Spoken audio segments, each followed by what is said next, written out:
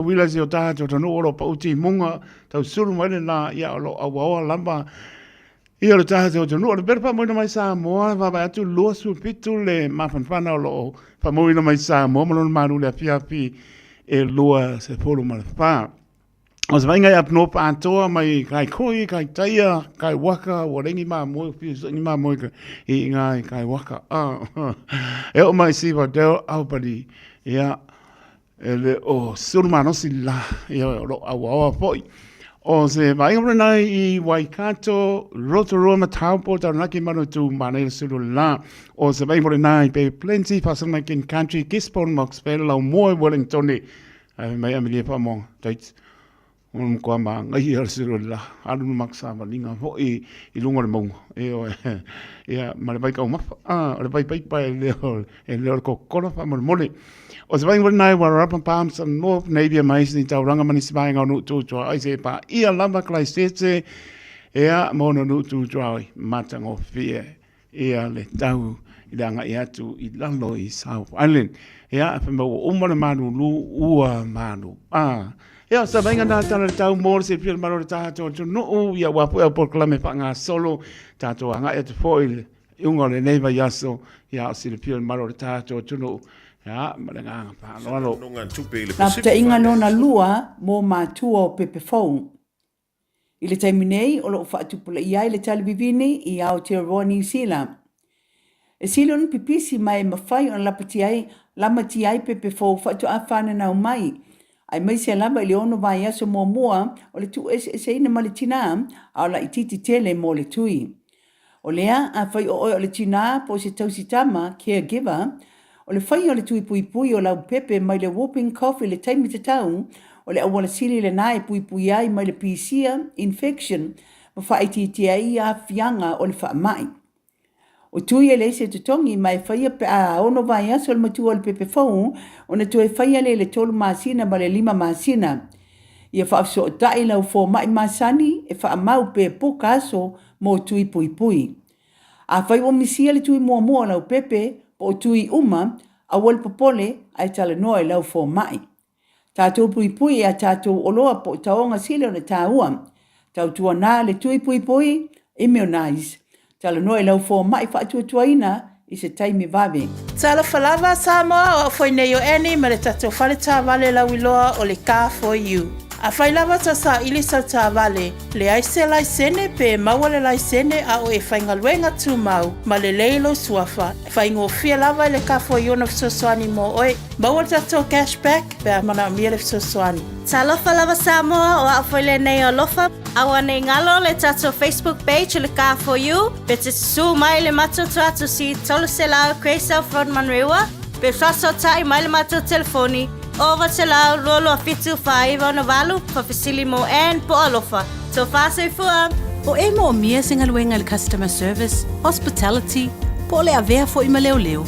E te leo mautinoa, po fe a matai. I le MSL training, mātou te fisoa soani atu. Mātou te malama o le amataina po le toi fo i atu i aunga. E mawhai ona whaafai ta. Ai olo o iai le mātou au fisosoani wha maoni. E taita ia malangolango ina oe i lau malanga. O le MSL training, o se a inga. O se nofuanga i langolango ina oe, e wha malo si au, ma wha manatu atu lau sini wha atu. Asi i le msltraining.co.nz. Pevala au loa, le o valu se lau, lua, fa, tolu valu. O lolu manai, e a mata atu, I inei. Talofa, o salmasinga, fale lua, Tim Toidolo, o le loia Samoa. Whapitoa la o unanga I mta upu tau immigration, pepa malanga, tangata overstayers, so ngā visa. Hape nā foi le taxation, po tu la fono tau la fonga. M5 foi on o tau aveina mta upu whaal tu la fono I Samoa. Whaamal mole, vidi mai numera, o iwa lua ono, o tasi lua. O iwa lua ono, o tasi lua. Whaftai. 24 hours a day, 7 days a week, Radio Samoa streaming live on www.radiosamoa.co.nz.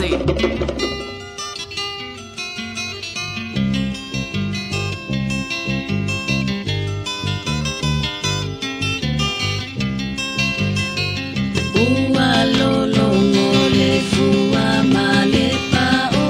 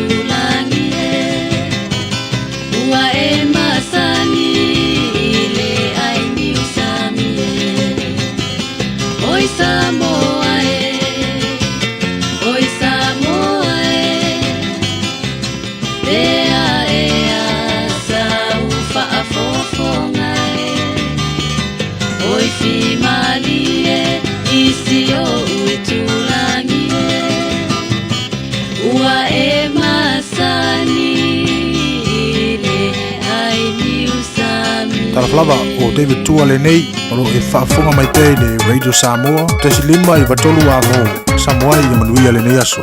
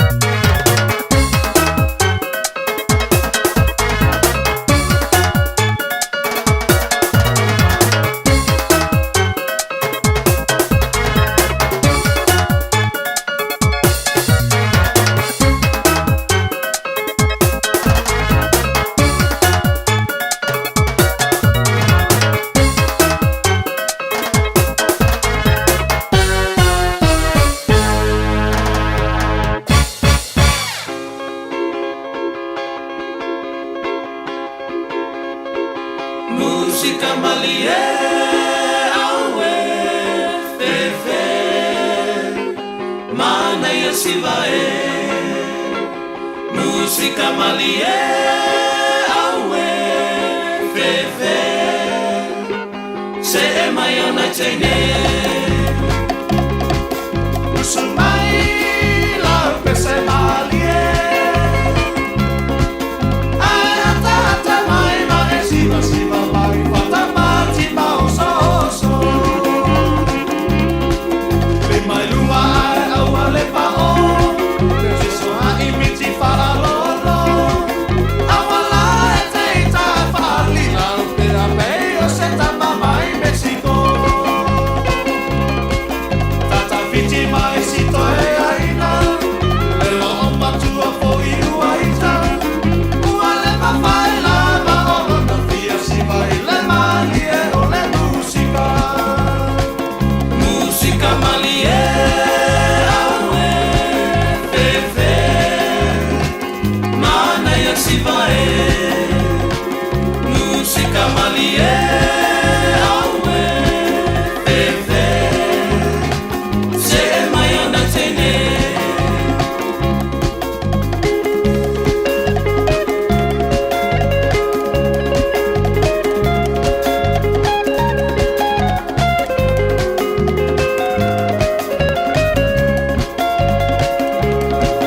Fai fale lady au te uma Le musica uala ta ona uma Awala e te ita e su e sao pata lue lue mai i le musica Musica malie awe fefe Mana ya si vae Musica malie awe fefe Se mai ana tene Usumai la pese malie Ai atata mai mai siva siva mai Fata pati mau so so Ai atata mai mai siva siva mai Fata pati mau so so Oh, oh, musica malie Na, si kumane o le 5 stars o le tu lima le ngata lea si kumane on seto pan moe yo kamo me asa ya man puni ana va pe una pa pong ben le mai ngapo le oli le salua le spulu te sema lo ono fa me le swapa mar malo ta to ri Yesu Kristo le nga pa no alo te o polo pa ta no pa to pa i mo lungo ta to no mai lava i monga mau lunga pa ese o pito titi ta lo fa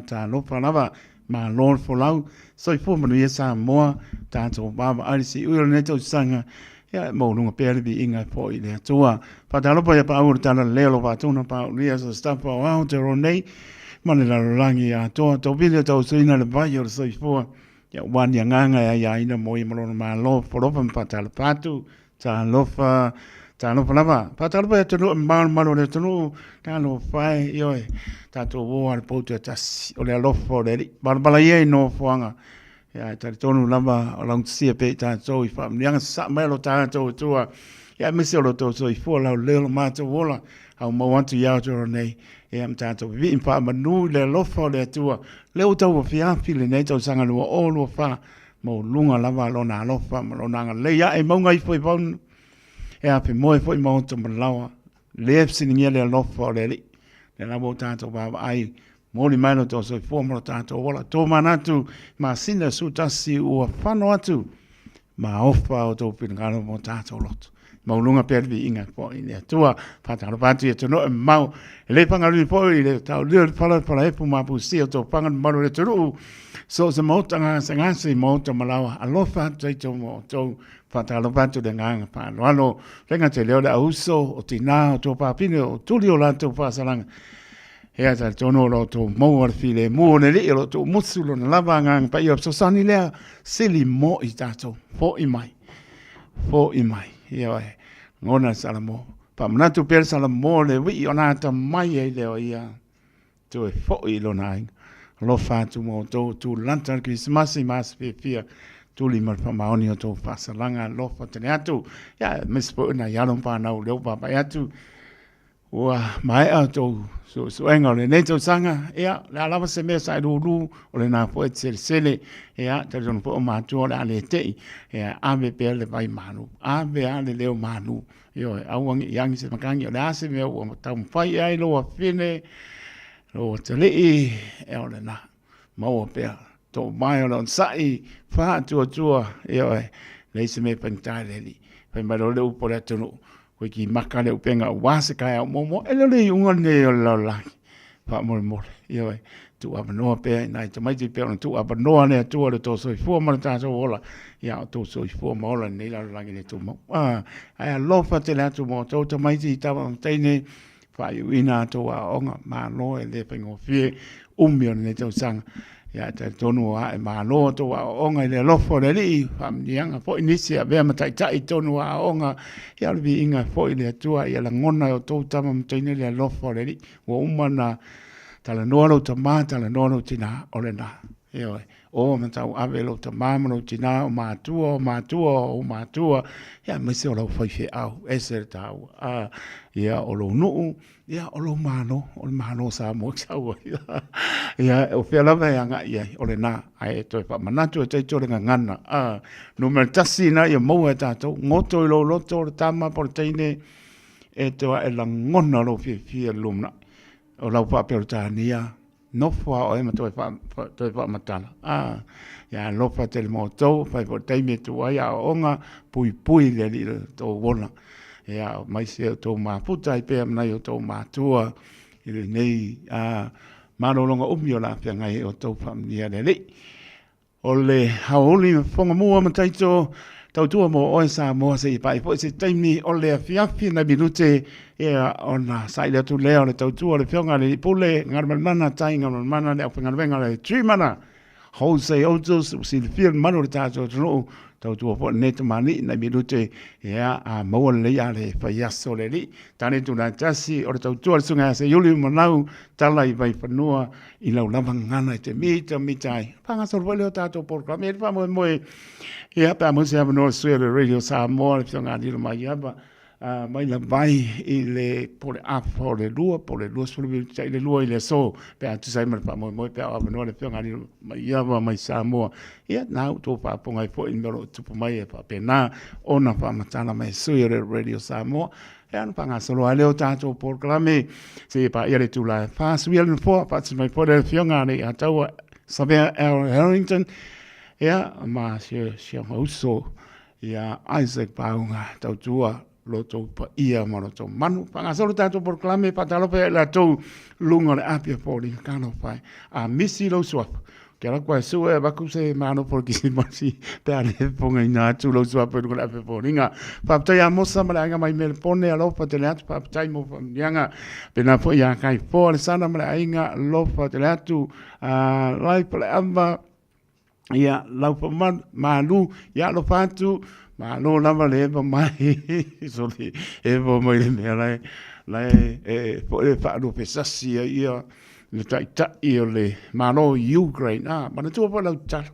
io lo ton pai la ta Russia e ba ku la do lang fa ma le pule sa il pule le la mai manino tu spaia pule umma mai le tua se pa manga io ta ga si ka io mai la lang ya lo fa tu il eva mai Ukraine ya ma si la vea kana la Venus ya lo pa le atu manua package o mai so o manga no nga pele kai ya lo pa te latu ma lo la ma puta mai tile ya ne o mai ainga lo pa atu loto la paele ya ma no la ma pa tai lo eva mai sa mo para siu wenga pi o ke le ma le vai ma para sa le pa ka sa ya lo pa tu mo to ya le pe kamo oi fo sa wa le eva mai loto la paele ma ainga lo ma puta mai sa mo pa te tele lava Maria le sina tama pa tai lo eva mai sini Australia ya ma no lava sile o nai manuia tu lantana tanto anga ya tu pida ene liko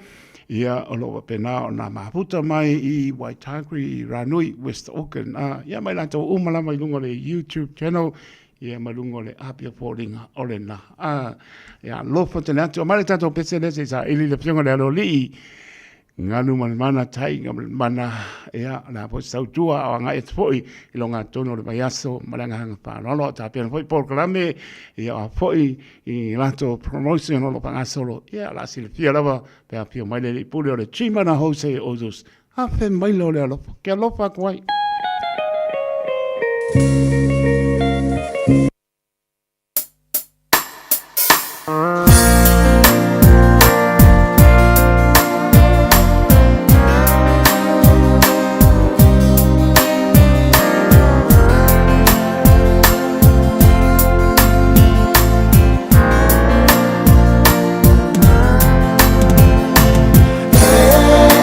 Ulu mai, o pua o ai langa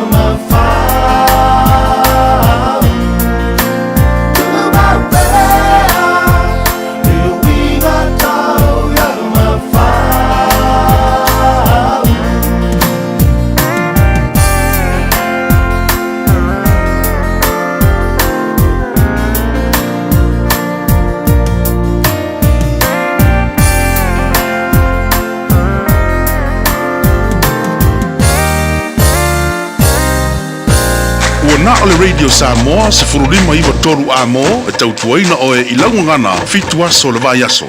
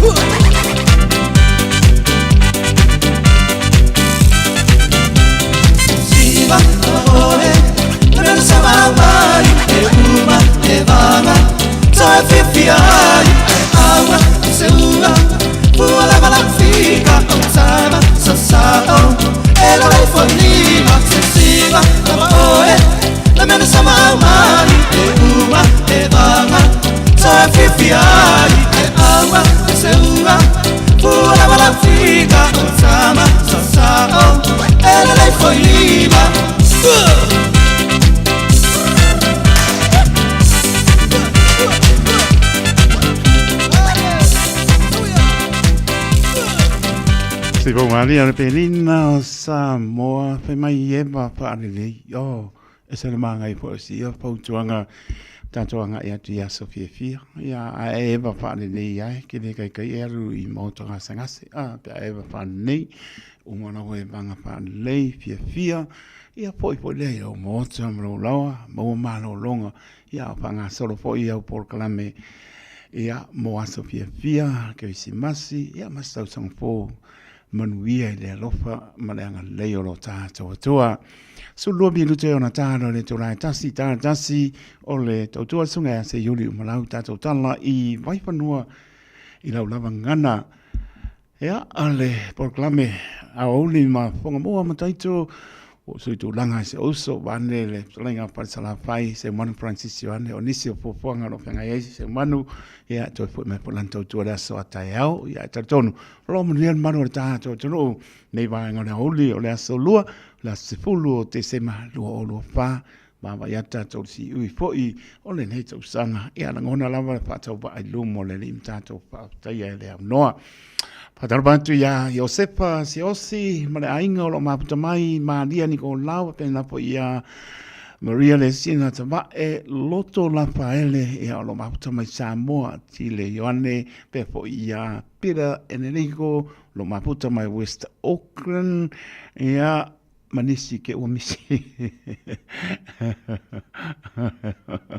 Io sa ole le pa tai mo le pauanga e soto se mau fa mai a e va le nota e le se me ke se ai sa ole le ia io lo poi aka fulu ka se ka ibu e mangai al pa longo io ba o poi a or ka po le pa nga ia ngoka ia okay ka po le pa longo le le fatti al pesse e mai va longo ai o lang si ia mare mai le na mai po kwang pa mai e ba le nota ia o le por pu ko va ko por pa pa taia e soto se mau ia po le fiafi ua le moso ta inga mana fianga le ano le inga mana ta inga mana le pule le tri mana house e autos silfian malo ta to no ta tu ne ta mani ia le se me atu ngalo wal fingalo e le lava lo ta no le oru tasi lima fa balu ono fa lima ono tasi lima fa balu ono fa lima fianga le pule ta no tu nga uma awange inga ti e fatu ala mai se me o ka po e ta luma ai ka o luma fa ngo fiana mo le ava no o e Mau so sani, ai ngā tia I patola vai, e koe ka ua kumuri muri, io e. Kai pia me voi kia whamakala loia e le umang whamakala, lau e po pole ke o le manguia la mga upu, ia koe kua ko whainka, nai e whamaoni e tau whaingo fia fwoi ai la tō ngā nului so sani mo. Oe, oro tasi lima pa manu ono pa lima, pole o iwa lua fitu ono, bono, ia no si le pia le mano tato to no le melo ia le trimana Jose Autos Lewis Van Atkinson Avenue I Oto mo le la le fit lua fitu o fa o lo fitu lua fitu o pa o lo fitu silinga tani se lo fa mo le ai se mete pole anga e vai ngan mana tsainga mana pa wale se senga e le la le manino e la fa ponga mai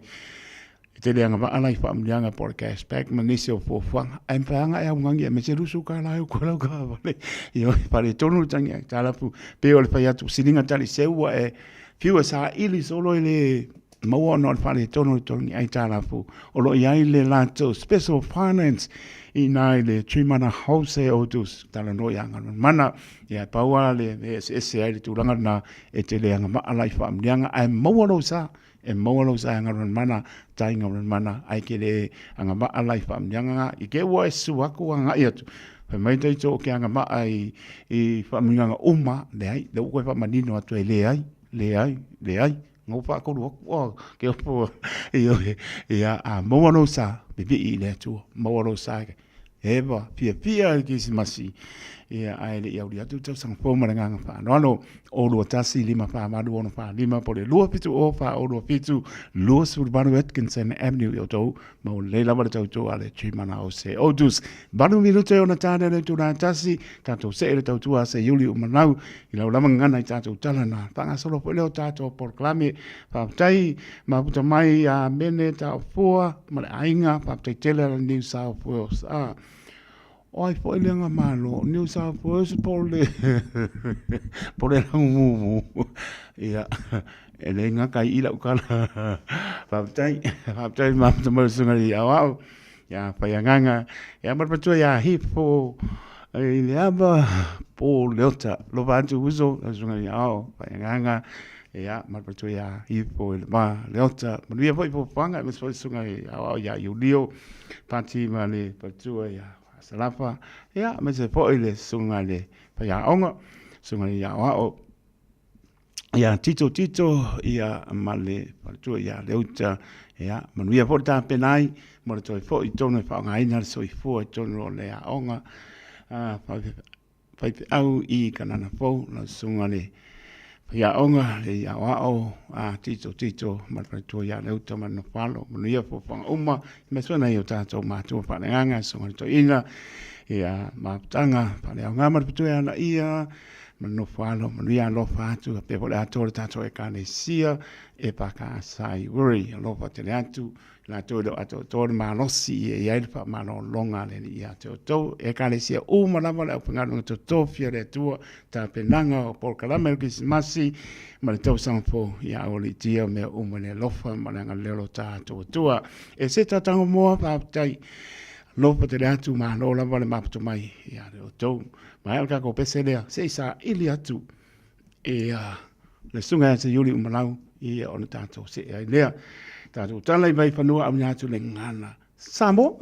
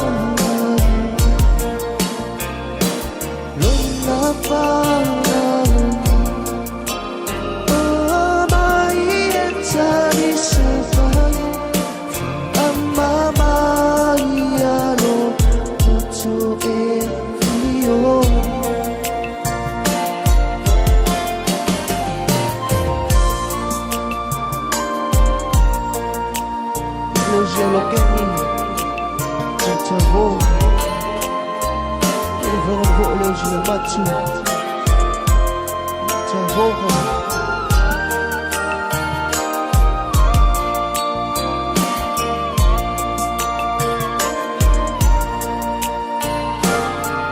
Hello siya pito mo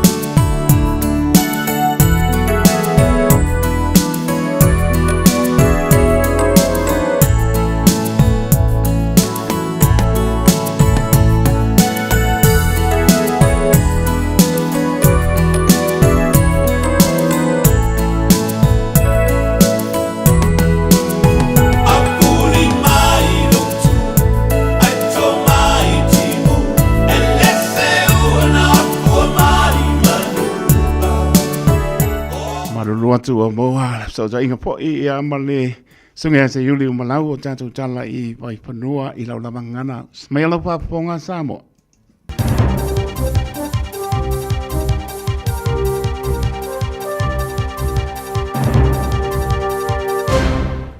Amalo taitula sai fa tal fa tu ni fo I tula ole oli fa fo mai tala mola fa fo mai tala tumoa fo fuanga te fa mal sil fa I ti o te tongi on tanga te anga lua I singa ruenga fili se pali mia fo tonga lu mana ile asori Christmasi mari talonga tele le vale o Blacks from Africa South Eden Park I te sang fo tala ta longa fa fo mai fa lo tele no ni tala o for ina te mai tai minister so tango for finga ruenga workplace relations at Brook Van Velden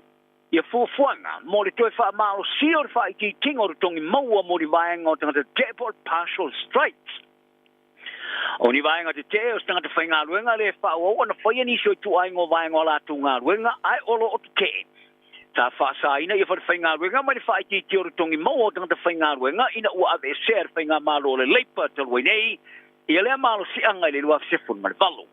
o Van Velden o le Partial Act sai falia ena te amana ia te tongi ia tanta whainga ruenga te api tai o le moti si o tau tua mafua mai te e le te tau ana whaawa wina lea e unoma se a whianga e o iai mai e ta wai o le toi whaafo ina I whainga ruenga o le mawhai ona whai titi ai tu tongi mo tanga te a whaatino isi vaenga o le ngā ruenga o le afsosoni ai whaamaro si au I tuelua e toi tari wai I talanoanga ma vave ona mawasa malienga a whapefo ona uti ai a whianga I tangatala utele o le tau sanga mo swinga le tamai tai minister o le amwhaiai ona whaai ti tiesu ki tongi estang te whainga ruenga I se a whainga I se fua whaata tau o le afo iai e fua le I se whaafsa ngana patino o le a whaongaina e whaavai le tiro le tu ai ngō ngā ruenga o le a le whaatinoina ele tanga te whainga ruenga ona o le te o le isi a wala e mawhai ona whaia o le mawhaia lea le whainga ruenga ona whaai ti tiesu furu pasene o le tongi le tanga te whainga ruenga po wheala vo ia whaatinonga o le a whaia o le a mo mia le whaia o so te inga mtanga te whainga ruenga e te ai le fa ti tio la tu tongi ai ole ale mo mi ina ni so ta inga mai la to ila fa inga o le tongi tipi ole mo mi ina fo ia union te fa inga lu ngai fa tu ina se fa inga lu nga ile le io ina ole fa inga o se do tongi e fa ti tia ise va ve mo fa yai ile te milava e do ai la fa inga o fa se gaina ole am foi fo na ta sanga de pulengo so tango nga lu nga por employment relations authority mo le fa ia ia se fa unga e to fa tanga te sa fa no so i ko te fa la te ta vale sa tu po mai state highway 5 la te Rotorua ile po e to fiti tanga te sa e tu tono ta vale lua sa to ai i whakarewa ile te 5 minute te ai le valu ile afia po e to lua lo ta fia fa mai o le iso lo e se tulanga tinga ina pa ria leo e to tolo ila to sa fa no ai la so i fu e me sa po fa la ai o le isi sa awina tu fa mai mamuli wai lo fai pe ia su soenga le mafo anga o le fa lame o company fa o fa foina fu a mo ma ano mo a mo ni silene wala to langona le tinga o pro kaina la to pa anga fa to inga ye tu ni fafo ia le fa o falina to nei ta ma fa te mai o na moa ia fa mai manulele ini silene sa fa la lo uma na matanga luenga mo business fa mo ministry for primary industries ia le se la wona fulu afo ma tua mo i se fato angai o tako le sa ma wali mi rasal fulu manulele le vasto wai e o mai te mine o te pula ala le pipiso fa mai ile fato angai tasi ai o fa ria fato no o fa vai ngafa mo fa mo fa for the egg producers federation Michael Brooks o le a pipisi o tafi ai fa fato le o tonu o le tonu o sai fa ria ai por kala mel checkpoint le New Zealand o fa ile mo sitinga ma te milava e ese pipiso fulu manulele o le avave lava na toso ilunga ya tunu ifafo ia pa popuni mo le fa'u falinatu oni o loa ma ta wai le teminei o toi titi lava o company uma fa'u falinatu le ta mafa mai ni zelenei o polokaina o le ngate ya tunu ya asia ai fa pe motu le pasifika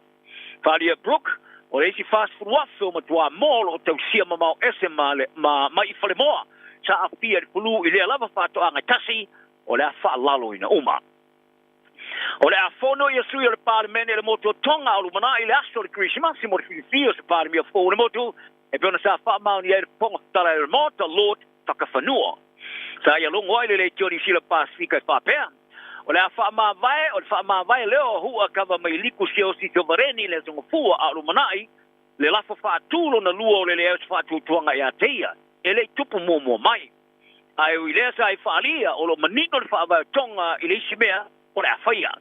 o le fa matuina e parlamento e se tusi fai pule lu smo le no parlamento ile so e tapa ina ile fili o tanga tai fai e palota mo se isi tai tai ma e tau na fa to ai le solusu tolo le masina nei ma le fili o le parlamento o le faia e se palota fa lilo a na ile so le Christmas o hua kava mai liku sa fa ma va ile so fua ino o mai ona faisa na for sanga mo lo mata le parlamento dai fa di ai o se me sili le le or fa ma vai ai po ai lava le si parlamento forward ai faisa nga luanga le kele pe a tiro yai ai to se furu masina ai le faia le si fa nga palota ia taro talonga le tali malo le o black il champino no lang Africa Southern Malay Eden Park ile to sanga fo o se te mo le le ata lo ile o blacks mo Springboks ile Malay la lo el Kilani tolu mai le wava smari tolu ta fa mauni ai le ka pini sila ia talo ngai fa ia ni sila nei ale o blacks ma le awa te mai ta ile black ferns mo le wava me le furima ini hei awe lua le ato fa ta alfa te suma ta lo ngai lua ile aso tasi Wellington o sa ni ninga le black ferns mo ta amsanga li po le rolangi ata mai ta ile to sang fo e au fie ta lo fa to le tolu e fa ia am taina i kala estete ile ta lo ma le au numero lua ile rolangi o kanata ai o le blacks am taina to sanga i ta lo mfrani tanitin i ta lo mo ana ta lo fa to le ono e faia ma ta lo so e lua ma Africa Southern o ta lo ngai lua to fa ta lo e APs ma le PF ya por black ferns e faia Wellington e las so le lua o you like leo la to ye le black ferns ma Australia mo le po le O'Reilly Cup ai le faia ta lo fa to le lo lua le All Blacks ona ta lo fa to le tolu ma le to vivinia frani o ta longa fata o to le All Blacks mo ta mo sanga fa va ma lo le rugby championship al fie ta longa so e lua mo le po le Freedom Cup ma Springboks I le malai Eden Park i Kilani la sono September. Ma Wellington le sumole tolo September. Ai li toi tali mai au Kilani nei la solo sulfito September. Mo le fai tawinga mo le ipo le Bledsoe Cup. Ma le Wallabies Australia. Wa fa wa le All Blacks so manu malo talo fai taulia au normas faina. I le malai Eden Park i le limas furu talonga e manu malo mai. I le manu malo le ia Englani ma Argentina i le tausanga nei. O le power o le tui, o le isi nā vaenga o se manu malo i fōswanga. Ai o te tonu i la tui langalonga ina whai pele ngāru pesoria i Lauri Joseph Parker. O le tū maua i le power whate sei ma le lava o le manu malama le whātoa. Ai mai sele nau nau ta ingolo na mafau. O le atula lata i lona whaavaina o se tala tū i ta alonga ni sila i Riyadh, Saudi Arabia, ia Februari o le tausanga sau. O le vastolu ai sa wholafula ai o le tamari sa mo kiwi e tausumare lo tausanga. O le afuso le champini rolangi le pangmamafa le IBF i le solus mo le lua Februari. O le afetaui ma Daniel Dubois o Britannia o lo ia umia le champini. O se fuso anga o fata l'Italia e tangata ono se tawingo i tuainga mata ino a la fuso e lua. O le fuso anga o le isipanga pao popo i le fuso anga tele. I le vao atua Peter Bip ma Dimitri Bivol mo le champini a ia i le rolangi au panga mafa po le undisputed world light heavyweight championship. Ai o tangata ata mai fusuanga o tu fantastic. I le fatulanga ina le tau whaingalo na lua paka i champini rolangi i le pangamafa. Pasanga i le tamaru wa Britannia i le pangamafa o whetau iai i au tala malominga. Mo paka o se avanolo na lua lea o ia maua. Se isi avano sa iailo na popole le toi o mai. I le valu leo tau sanga muni ane talo na ia umia pina ia uluai umia le champini rolangi i le WBO. Ai o fai ina lua i tama Peritania Anthony Joshua ma Dylan White i le ruas marvalu. Ta le mau tonu ale ngā solonga o lantale ni se siava noe tue pusu ai i le champini rolangi. Apetai. Ta tue fai maria mai ona tue maua ni ava noa o nolona whanau naunga ina ua manu malo i le champini mo mua rolangi ti on te Wild o Amerika ma Shile Shang o Saina. O le pule o paka i New Zealand nei David Higgins ta i whaari aile lo minga ale The Star Times i whapea. E le ma se se fina wina i le avano ua mau e paka e toi fusua le champini rolangi. E taura mai le ilo na naunau ta inga, le aise si ilima whai ngofie, na lue malosi, suia na saunu ninga ma fuafuanga pata oto, a o ina le sona mai awala whai ngata, ma manu malo e tu tono le maia.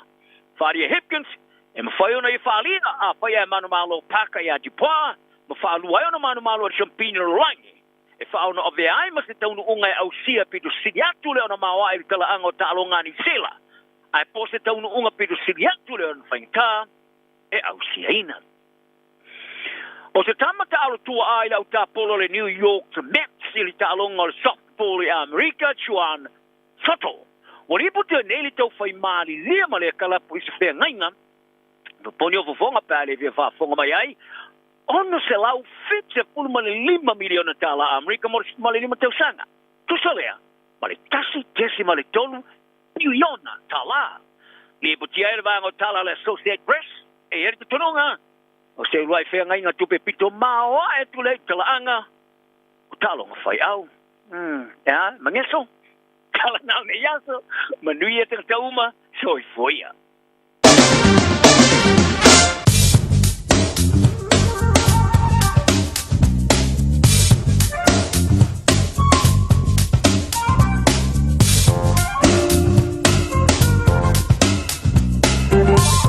Papongo maru tato tunu i le tautua singa ya se yuli o malau i tato tala i vai panua i lau lama ngana se papongo pa tane tu lai lua a se venga tala tau mor se pien maru tato tunu o lo o tu maule bela pa mawina e wapope mo o ye tu maule bela pa mawina i au kilani lua su luan maurungo no yai ya maron manu le piapi spur maritolu o lo to malu sabili yang mai sa te sipo lo awa o foi nisi vai nga okay lani sulu lai mal si ale ma nai al malu o le tau lo ye okay lani pa tai foi le lofo de ni ya mesi ona yo tato tu asin sina lofa tu mo to o le vai nga mo tai o winga po na tau ene ni mai i le onga tono le yaso sulu mata ngo pine na ya pe me tu mau po le awa lo su fa le pera pa mo wina la salulu mo lona ma lu le po e se pulu ma le manu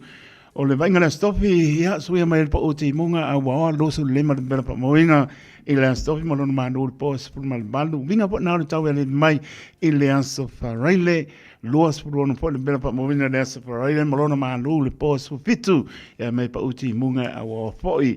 o le vainga te pale mana i le tau le sova pe na po le salulu stofi a fa raile a sto nai io e ta pena me we se fia pelo fa hola ave a per telefoni fe ave ia manga ko ave ngi ma se fa wa ko ulu ma ai ma ko kas ma ala nga ko hola lo ke fongi video le la ngo ko pa pa ia le la porta pen pena wani pe tupu mai nga ke sekki ia po tuanga le oro safety ni sila maritime ni sila me so tanga benga le si to fa da lo fa ni ma nga le a uli si o tātou tonu sa molo tu maule pane tono lo awa pe sa molo pa ultimu le mapa pe me lo pa tiri e mo wina luas pro de bela pa mo na mai sa mo ya malon manu le fia luas por ma pa mana tua sa mo lo tātou tonu pele o to ngana mo tātou loto i o e pe lo ai tal sang mana tua la tano si o tātou tonu o tātou nga ia tu pa yungo le nei tau sanga mai ap no pa to lo mana ia mnisi mai ngo nu tu oi ia lo mana ia la mana tau o sta nga na tara tau ia mesol bai ngo si o tātou tonu mnisi mai ngo nu tu oi ia wan lamba o por klame pa nga solo ia tātou nga ia tu nga tono le yaso ia le ngata le mesela bo le fa yungo o le nei foi tau sanga o tātou anga ia tu i le anga le mai o tātou matai. So le mara bidu te wate ai le tu la tasi to pata lofa tu ai le tau tua ne po ia oli ma ponga mua matai to pata lofa tu nga pa lo au ki lani maru tu ia me so atu no mai me se na o ma tua asina sina a lofa tele mo to pa tai le tua a toma natu i le malu luna tau wasa mai oto e la ngona i tino le alofa atu e le fifia o tōre tau malu lu ai pāpe tai i le atua lo ianan pa malu longa ia te o tōna i o tamana i o tina alofa te le atu pa malu longa le li e wha o wina ia te o tō mōra so i fotoro tātu o mōa non file mō le aso ke risi masi pa mana tuina le so i fua mai aro tātu o li pa alo Yesu ke riso le pepe o ke risi masi tātu au lia ia toi pata lofa to neva enga o le aoli o le asalua le aspulu te sema lua o lua pa ke lava ma puta mai ai pata fatu ia la pinga ronga tu tofi ta pena poi por klame ia wa lava ia sauninga o aso fia o aso Christmas se pa ia poi ia le tau sang po ia na pinga po le tātu mo pui lotu sole ke lo ka ni ele o lo ku fu lo ku ia e o ia le lei ngata mai ia oi o le ka ko bo ai pe pinga ro le ai tu o to pinga no ta so lo pa mo le li o ga ko mo le mon via lo fa te la tu no ma o mai o ko le vo i le lo po nga o po ko po nga o io americana ko o le manino la wa so nga fu ala to ya le wa so lu ta to pe america sa mo pa ta lo pa to e no ma america sa mo pata lofa tu le nga pa lo ia me spo tato tu no sa mo pele o to pinga mo tato lo to pata lofa tu ma lo lama le folau le la mo tato ba ai si ui o le neto sanga le anga le lei mai o tato tua pata lo mati ai se tatango mo ma lo lama le mai te sa wong ia ma lo pa ta ia mai sini Australia ia pa pena fo il tamam tua ia le pepe pili ane ma pa tua ia san masina ma no lama le lama mai se o ma la o pepe e mana tua taito o le lau mua ngi sila o tara o pa ya kule ia pi yamma lo pinga la na se meta no ia la pepe pi yamma taito o na ka ko wona pa le li popo li o ma puta mai Flatbush ia ma lo lama ia o le la i le lau mua ka ebe lave mana ainga malo o maputa mai foi Flatbush Almuston o i kalo fai lo fatu mo to ia penga foi fatua ya Marietta ma lola ma pa tai Marietta I ma ainga lo fatu le uso ya Domenico pe wanga ia ka roti so alo fatu Marietta over pole o lo ka ko le happy ma pia ka ko wo le li ma lo moske semasi real manu ta so no pe lama o to ia ta to fo la pa ta si le lo fo le li ia on tato mawane o lon file mu panga solo tato proclame te pa ia le tu live pa io alo ko mole o tasi sa fo ia lufi le aso lo vato a mai o le uso male pare tua ia rosita ia o langa la pepa muli ia a pa me ngale I lo no se me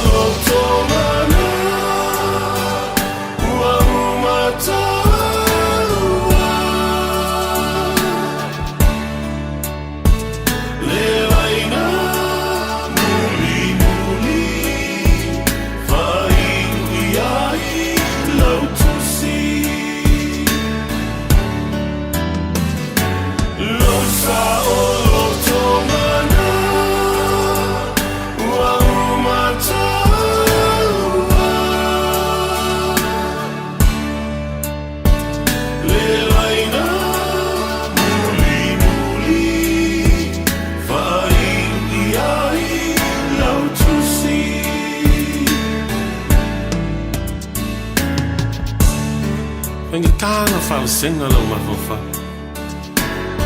Sili ai. O fai ka. Na ku wa ku oe ke alu lo wa. Fa ma lunga. Fa min kan wo fu mo fa se ka fa na. Ka ma ku fa kas. Fa ka li ai me fa ba. Ai pangale. Sanu vale lo kamua opo au keko e pule lava oe lolo a saulia ingana au e ke anu mau mai manga kua mga kua figa si o mau. Losa o lotongana Ua umatarua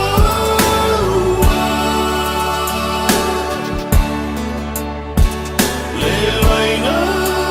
muli-muli Fai iai lau tusi Losa o lotongana Ua umatarua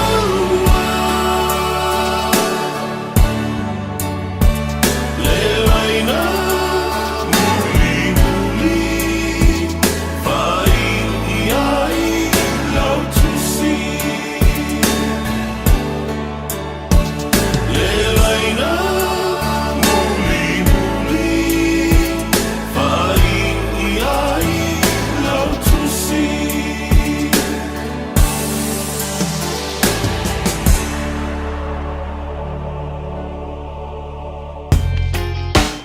Radio Samoa Tasilima Ivatolu Amo Radio Samoa Tasilima Ivatolu Amo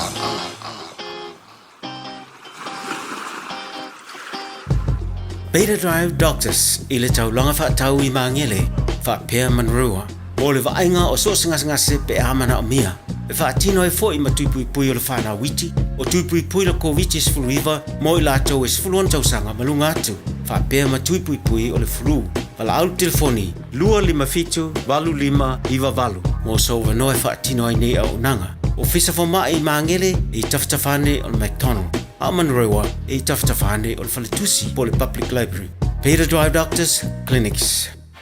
O e si la fia me e whaatino e mawhaiona e umia I so whale motu le lumanai. A whai fo I so whale motu, o e si la fia me whaiona whaatino ni si o fuafuanga e whaongaire equity o lo whale. A wane e misiere por kalame o le malu I whale. Ia fiafi o sururu taitasi le se fulu e te aile whaa. O le a e si la fia ai au wala e mawhai e ona e umia se whale motu le lumanai, ma au wala e whaonga aile equity o lo whale motu, e whaata wai se isi o whale, le por kalame o le malu I whale, ia fiafi o sururu vai aso taitasi se fulu e te aile whaa.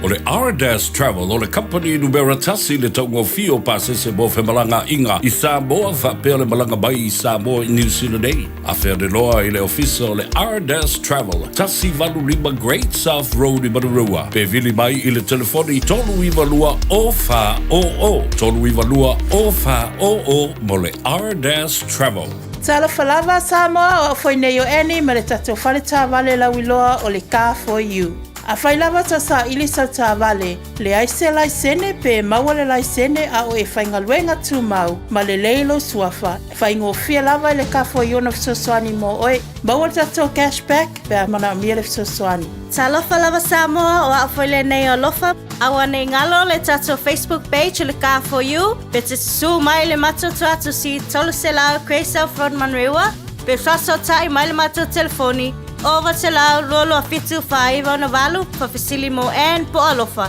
So whasei fua. Tā alofa Samoa, waule nei o kāsputi alu, awale sui alingila ua le kio. A eva mai ina se fulu lima iwa kolu, a mo, Radio Samoa, bevela a. Ioi, taua bevela a, ioi. David le mai lua so fit mo la bilu te wate ai te lai tasi e na bilu te por clame a retoleola panga so for leo tanto por clame to emnatu tanto tala I vai panua to ale sunga ya se yuli umalau panga so for leo tanto por clame a mola mo le fionga le mai yaba mai na mai ya su le Radio Samoa ma Samoa pole te ole lua e o mana po ele pa pongol mano na tanto no me po lo tupu mai Samoa mani se tuno foi e a mo se fianti del mano na tanto no panga so radio tanto por clame musica so e floi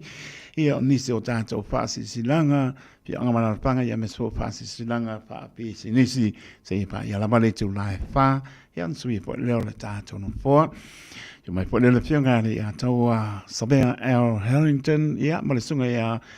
Isaac Paunga ia tau tua lo tau pa ia mano tau mana se pa ia po se taima le fiafi. E ta tono lo muria le mano le tātou tunu nei vahenga le fiafi po le haoli le salua se pulu o te se manu o lo wha malo le pane. Ma lo po le wha ponga mai ia mese o lo tau talia ina lo wha tau vai maota malao le ngata lole a to le mato nganu rue ai le Radio Samoa. Wha te tele le langolango mai talia ina o lo mato fata vai mota malawa ton lo sa por penga venga o tonu mau ia pa malo pa tai e don lavo lo tato fo lau pe ma le anga le le matai tato te mo pa tasi ia le ke simasi pe per ke simasi ia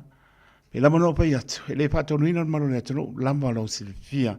e a langi pa pese tato tu langa o aso pa pene ia o pa tu a o lo pa italiana mai e te soi fo mo la ite ai tū matai e le tā ua le aso tā ua le au tū le aso tū matai le au tū le aso ma le nganga o le aso o le atu langa o lo langona ai o se tū langa mau lano po se tū langa mau lunga nā pio mai le tupo o nā le li nipa i ele tāna teito ia me spore tau tū a le Rio Samoa o tātou e langi whapese a o manas kuisi masi ai ngalo ia tātou le mata ngā le pale o manu tu lau le ngana. Nā whio mai tupo le ali o li. Ai nā lua i lalo. Nā lua i lalo soi fua mai ai. Ono, oi mai tātou uma ia langona. Ia langona loto mau lalo tātou soi fua mau laim tātou nofo pearwhani. O lona pearwhani na. Le ala sau mea nofa. Le asa o mea nofa. Le asa tau mea nofa. Le asa o mea nofa. E wa pe e ka ke so ngi miliongo so ngi kope Europa ne ario e fatari ele pepe o Christmas e ha ko ro me ro ngo mo le ma ko ai le va pe na se la ngona ya wala to ta pena lo loto ma wanga lo me ano o ta pena lo loto to lo le pa ponga ma le to yo mo pe le loto ma la lo le loto e mama ya wala vale ai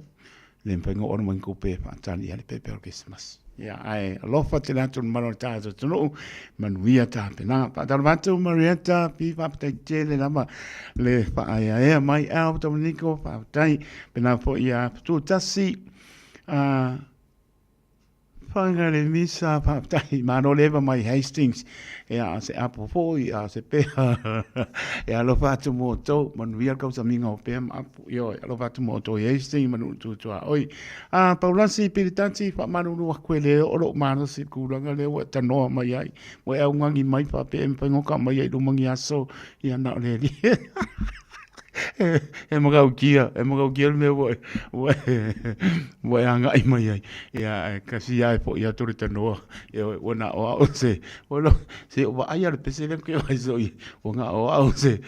se monga apa au nga fa mo le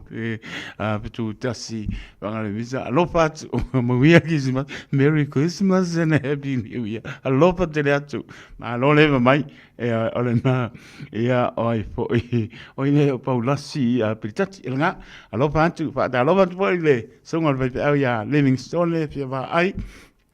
tu i basa ma le partua ya limo o tarme no palo lo fa tu la songa le au a tai mo fa jang tai ma mai Livingstone fi va ai tu i basa ma partua ya limo no palo ruta se wa muri kano fa o mai ya lo fa tu mo to lo eva mai Arizona i America lo fa tu ya Donald Trump lo fa ja wa Donald Trump pa yo ke in moranga i meri va so ke anga wa va ke fa ka ingor me anu malo America ya mano la ma pa tai mo ta so tlo si mai peselekas ya ngo fa ke ate va kar peselekas e o mako lo le so me la reto le ola po me oye ma loro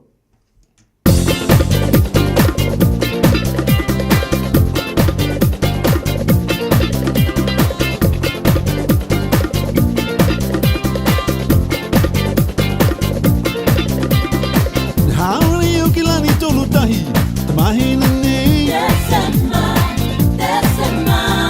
o hio mato na hoi with the hanga ho o lo ai te malanga I whakalele he tahi nuku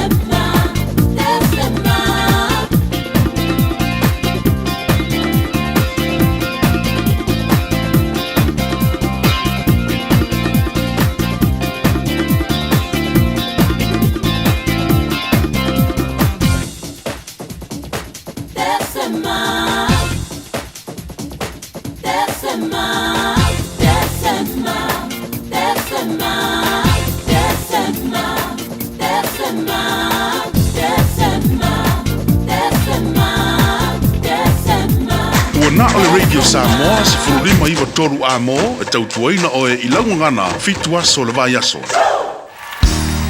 Bread of life sent down from glory. Many things you were on earth, a holy king, a carpenter, but you are the living word. Say it now. Come on.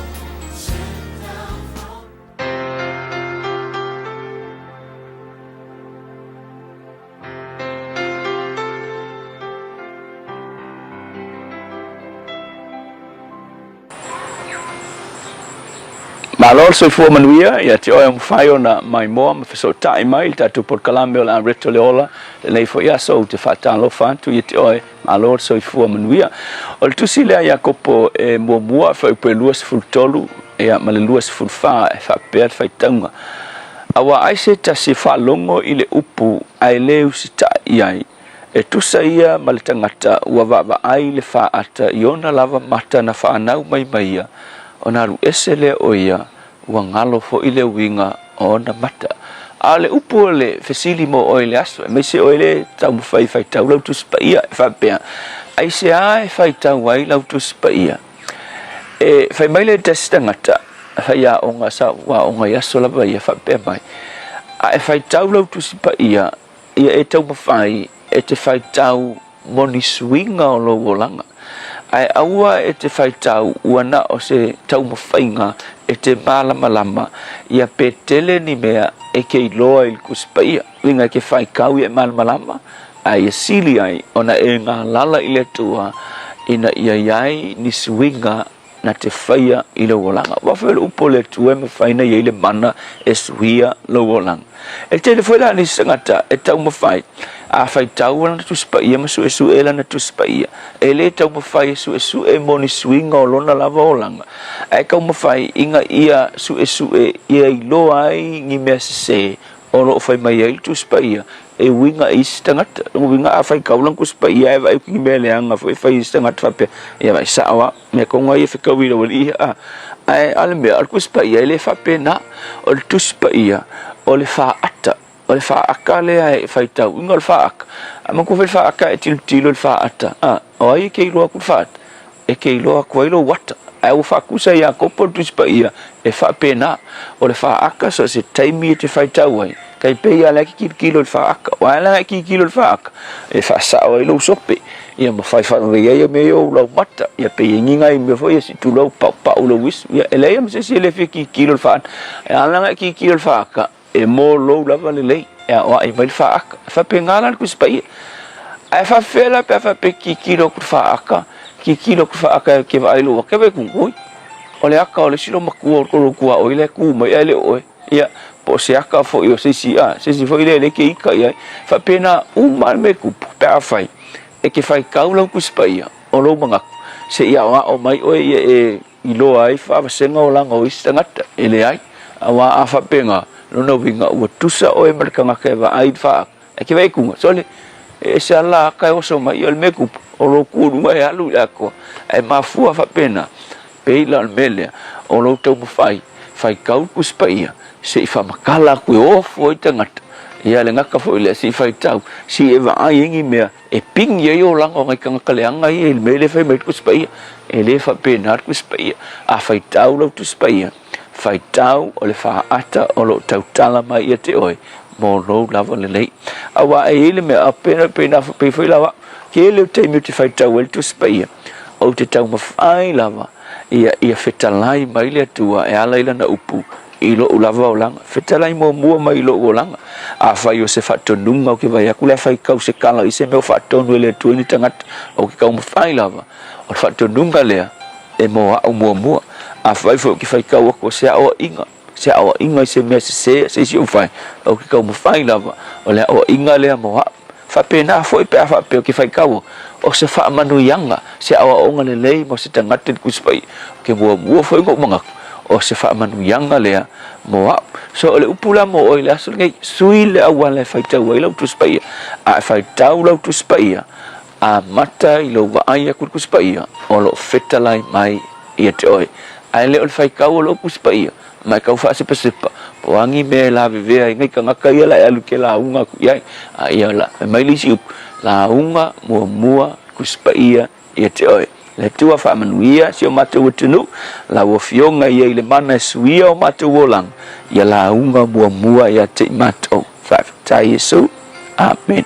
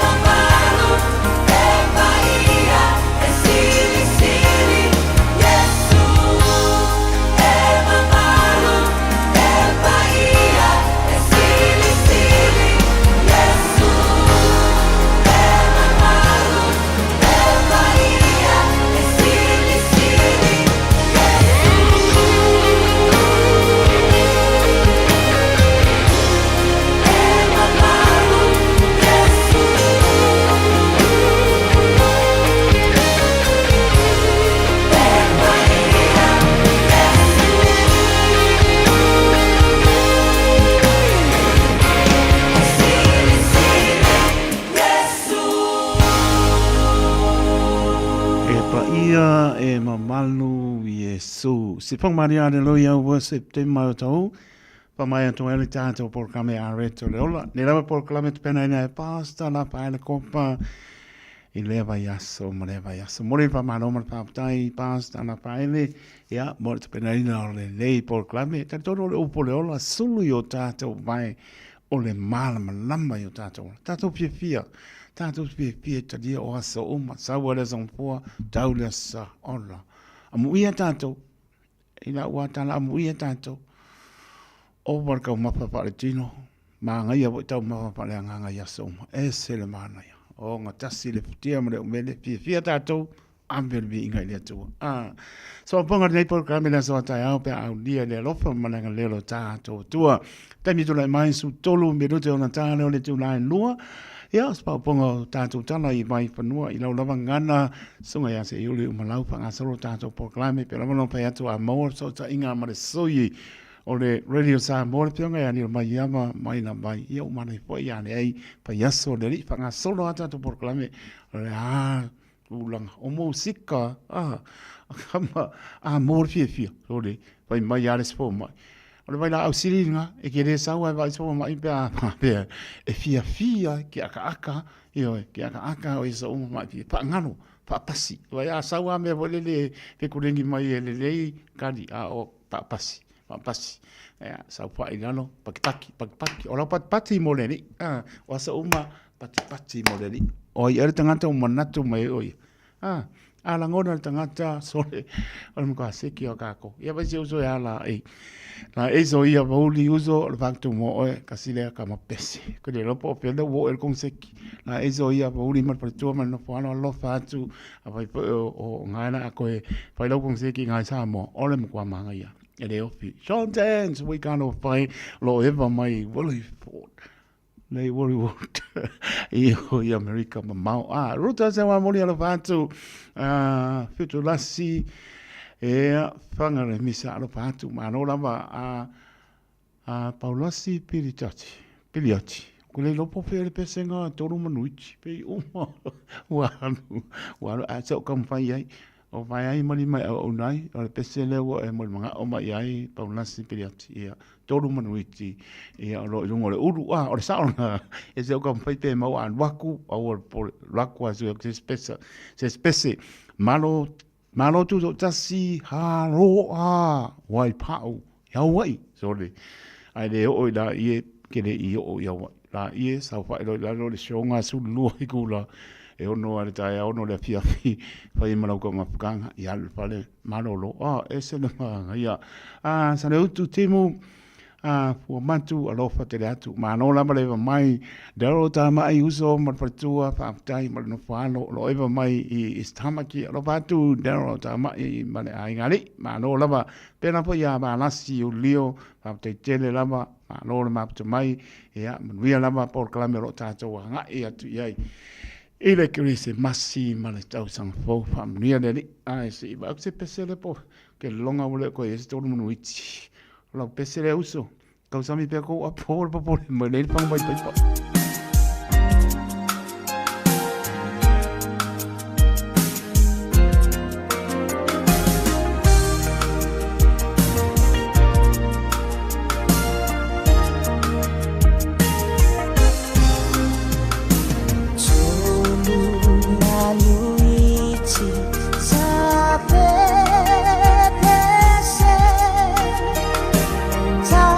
So la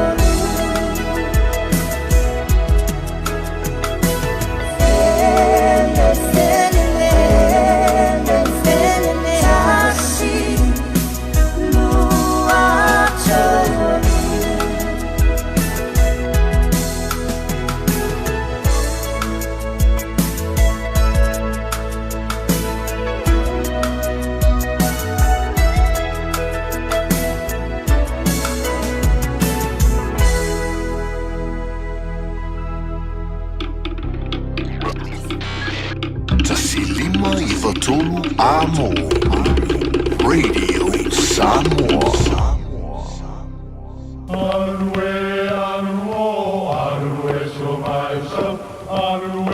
O Samoa o le atunu ua mai au na tofi. O le la au ua mai au ngā tātulanga e le to e tau au whangaina. O le vai fo i ua malili ua mai au na saiki. A o lau polo kalame o le vau filifili. Ua na o se toi wha manatu. Ua na o se toi whangu whangu ia ua nganuu Samoa. Mau upu ta oto, mau upu tu. E ala lea i ala ngā upu ma muanga ngana, ma le vau ngana. A wane i emisia le tātou polo kalame. Iafi afi o aso lua ta itasi le itu la e valu i lunga o le Radio Samoa.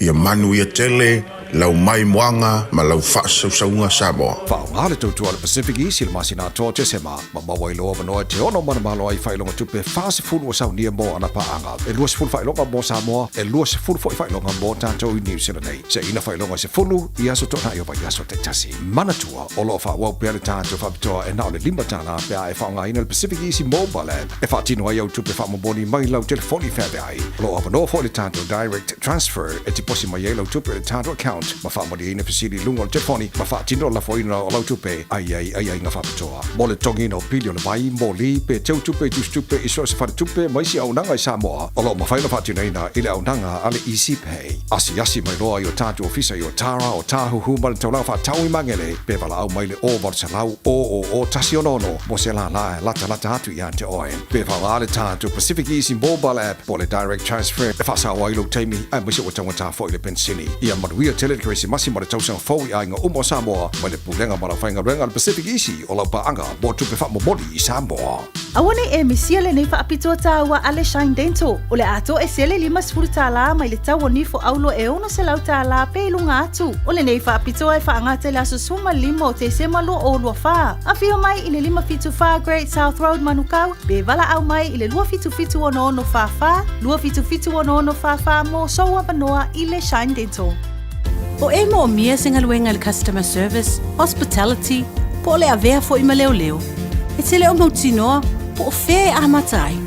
I le MSL training, mātou te whesoa soani atu. Mātou te malama o le amataina po le toi fo i atu hi aonga. E mawhai ono whaafai ngata. Ai olo o iai le mātou au whesoa soani wha maoni. E taita ia malangolango ina oe i lau malanga. O le MSL training, o se ainga. O se no fuanga i langolango ina oe, e wha amalo si au, ma wha amanatu atu lau sini wha atu. Asi i le msltraining.co.nz. Pevala au loa, le o valu se lau, lua, fa, tolu valu. O lolu manai, e a mata atu, i inei. All I hear is Radio Samoa, Radio Samoa, Radio Samoa. Tasilima iba la tolu amo. Radio Samoa. Lai vidu te ona wina tu leo spauponga o tātou tala I vai whanua I lau lama ngana I le tautua sunga ya se yuli umalau ta tono lo mrian malu o tātou turu nei vai ngā lea fiafi po lea oli o lea salua lea sefulu o te sema alua o lua whātou I whata lofa atu le tautua le Radio Samoa ta lofa lava pia lava o maputa malu le tunu anga leile lei Whamnia I pōpanga o la singa o le nei aso I aid file mūmalanga leo le ni. La tō dungo le wala toi whamanatu a wale wha ngā ina telefoni pe te le fia ia whai pia le mātou ngā ruenga o le taurungu longo ia matua lalo ia whai e tau nei le a le whata whia o le tai o lofa talia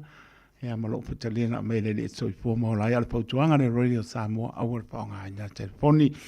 Whauntia I mauta malawa sa o loko karinga o telefoni tā ua le anuaru le mua le I pāsia mōli tanga I le whai loilo saino le awala ia orsori tu la fono ko mau ko nga no se lo kana ko su se kupe I aso via pia ta tonu le tu la lua se mai la va pensa morto tu se yuli umlau se pa pon ta to tana I vai fanua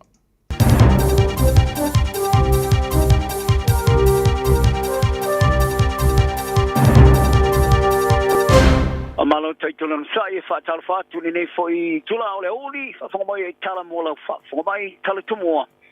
fo fuanga te fa mal sil fa ti te tongi on tanga te anga lua I singa ruenga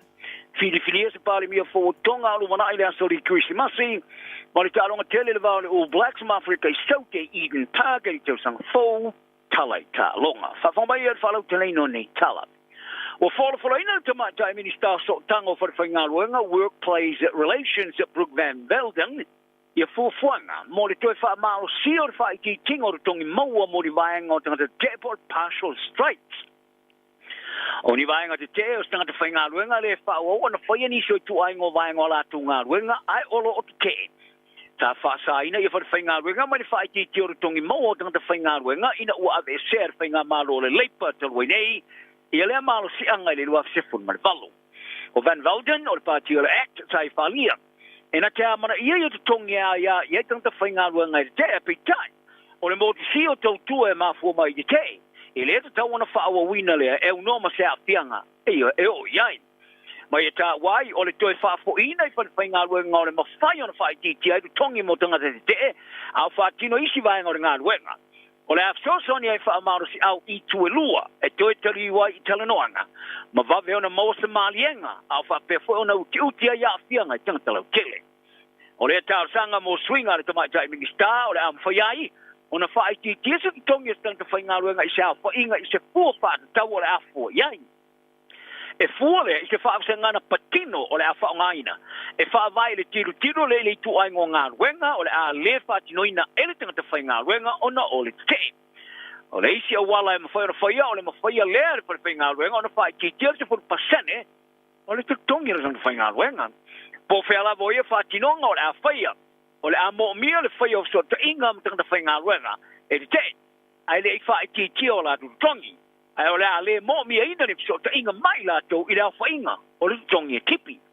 O le a mo mia ina fo ia union tangata whainga ruenga e whautua ina se whainga ruenga I le I o ina o le a whainga. O se tutongi e whai ki tia I se vave ma whaiai. I le te milaba e do ai le a whainga ua whao se gaina. O le a mwhai fo ona tau sanga I pūrengo so tango ngā ruenga po le Employment Relations Authority. Mo le whaia ia o se whai unga. E toa wha tangata sa whana soi kua se wharawala te uta vale sa tupu mai li State Highway 5 la te Rotorua I le pōna pō e toa whitu tangata sa e tu tono ta vale lua sa to ai I whakarewa I le toa 10 minute te ai le valu I le awhiawhia na pō e toa lua lo ta whia whana mai o le isi o lo I eise tūlanga tinga aina Pāria leo e toa tolo I la tau sa whanoa I lava soi fua e me sa poe te wharawala o le isi sa awina tu whana mai mamali wain lo fai pe ia se soenga le mafu anga o le fa lame o company fa o fa foina fo mo ma ano mo mo New Zealand nei wala to langona le tinga o porokaina la to pa anga fa to inga ye tunu fafu ia le fa o falina to nei ta ma fa telu mai o na maua I fa mai manulele I New Zealand nei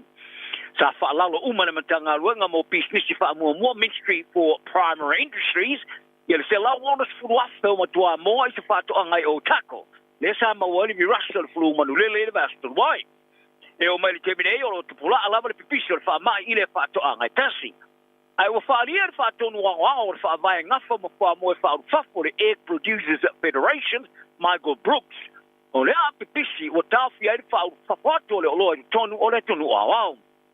Sa e whaaria ai le porokalame le checkpoint le Tio New Zealand. Ua whai lava se ti ngā. Ma le temi lava e ese pipisi o le fulu manu lele. O le a vave lava na toso i lunga ia tunu i whafo. Ia pāpapuni mo le whaaru whale natu o ne oloa. Mata wai le teminei o toi titi lava o company uma fa au falei natu le ta mafa mai ni zelenei o polokaina o le ngata ia tunu i Asia ai fa pema motu le Pasifika Falia Brook o le si fast food waffle ma tua mall o tau sia mamau esema le ma mai fale moa sa apia le pulu i le lava fa to anga tasi o le fa lalo ina uma o le afono ia sui o le parlemene le motu tonga o lumana i le aso le Christmas mo le fio se parlemia fo le motu e pena sa fa mauni e ponga tala e mota Lord whakawhanua. Sa ia longo ai le Tio New Zealand Pasifika e whapea. O le a whaamawai leo hua kawa mai liku si o si Tovareni le zonga fua a rumanai le lafa whaatulo na lua o le leo si whaatutuanga i ateia. E le tupu mua mai. Ai ui lea sa i whaalia o lo manino le whaawai tonga i le isi mea o le a whaia. O le a whaamatuina e pāremene i se tusi whaipule e lusima leo no le pāremene i le sou. E tapa ina i le filipili o tangata e whai e le palota mo se isi o taitai. Ma e le tau ona whaato ai le solusu tolu le masina nei, ma le filipilingo le pāremi o la whai i se palota whaali rilo a muna i le se o le kirismasi. O hua kawa mei liku sa whaamawa i le songofua, ina o mai ona whai sana fōru sanga ma lo mata le pāremeni. Ta e whaari ai o se mea sili le lei o le whaamawa e, ai po ai lava le isi pāremi a fōu o ai e whai se ngaluanga le lei kele, pe a tiro iai. Ai toi se furu masina ai le fia lesi fai ngā palota. Ia taro talonga le tari malo le All Blacks i le Champino no Lang Afrika i sauti al Malai Eden Park i le tausanga fau. O se tei mua leo le ata alo ai le All Blacks ma le Springboks i le Malai Lauroi au Kilani talo mai le luaga sa tolu. Ta wha maoni ai le lakapia New Zealand ia talonga i fai ai New Zealand nei ale All Blacks ma le awa tamai ta i le Black Ferns ma le luaga me le Furima. Ini hei au e lua o le ato fai ta alu fatasi uma i ta alonga i lua i le aso e tasi Wellingtone. O sa uninga le Black Ferns mo i ta amarasanga li ipo le rolangi a ta mai ta i le tausang fau. E au fi ta alonga fai tau lia tolu e fai ai amtaina i kala estete i le ta alonga ma le au numero lua i le rolangi o Kanata. Ai o le All Blacks e amtaina le tausanga i le ta alonga mawharani i Dunedin. I le ta alonga mua wana ta alonga fai tau lia ono. E fai ma ta alonga sa so e lua ma Afrika Saute. O ta alonga e lua e tau fai ta alo e APs ma le PF, ia po le Black Ferns, e fai e Wellington e las ma le lua o Iulai. Leo le aftau ie le Black Ferns ma Australia, mo le ipo le O'Reilly Cup. Ai le fai e le ta alonga fai tau lia lona lua le All Blacks, o ana ta alonga fai tau lia tolu ma le tō vivinia Ferrani. O ta alonga fata o tō le All Blacks mo le ta amarasanga whaavao malo le Rugby Championship. Au fi e ta alonga sa so e lua mo le ipo le Freedom Cup ma le Springboks, i le Malai Eden Park i o Kilani la sono Setema, ma Wellington la sono tolo Setema. Ai li toi tali umai au Kilani nei la sono sulfito Setema, mo le fai tawinga mo le ipo le Bledisloe Cup, ma le Wallabies Australia. Wa fa wawa le All Blacks i so manu malo i talong fai taulia au noa mas faiina, i le Malai Eden Park i le limas furu talonga e manu malo mai. I le manu malo le ia Englani, ma Argentina, i le tausanga nei. O le power o le tui, o le isi nā vaenga o se manu malo i fōswanga. Ai o te tonu i la tui langalonga ina whai pele ngāru pesoria i Lauri Joseph Parker. O le tū maua i le power whate sei ma le lava o le manu malama le whātoa.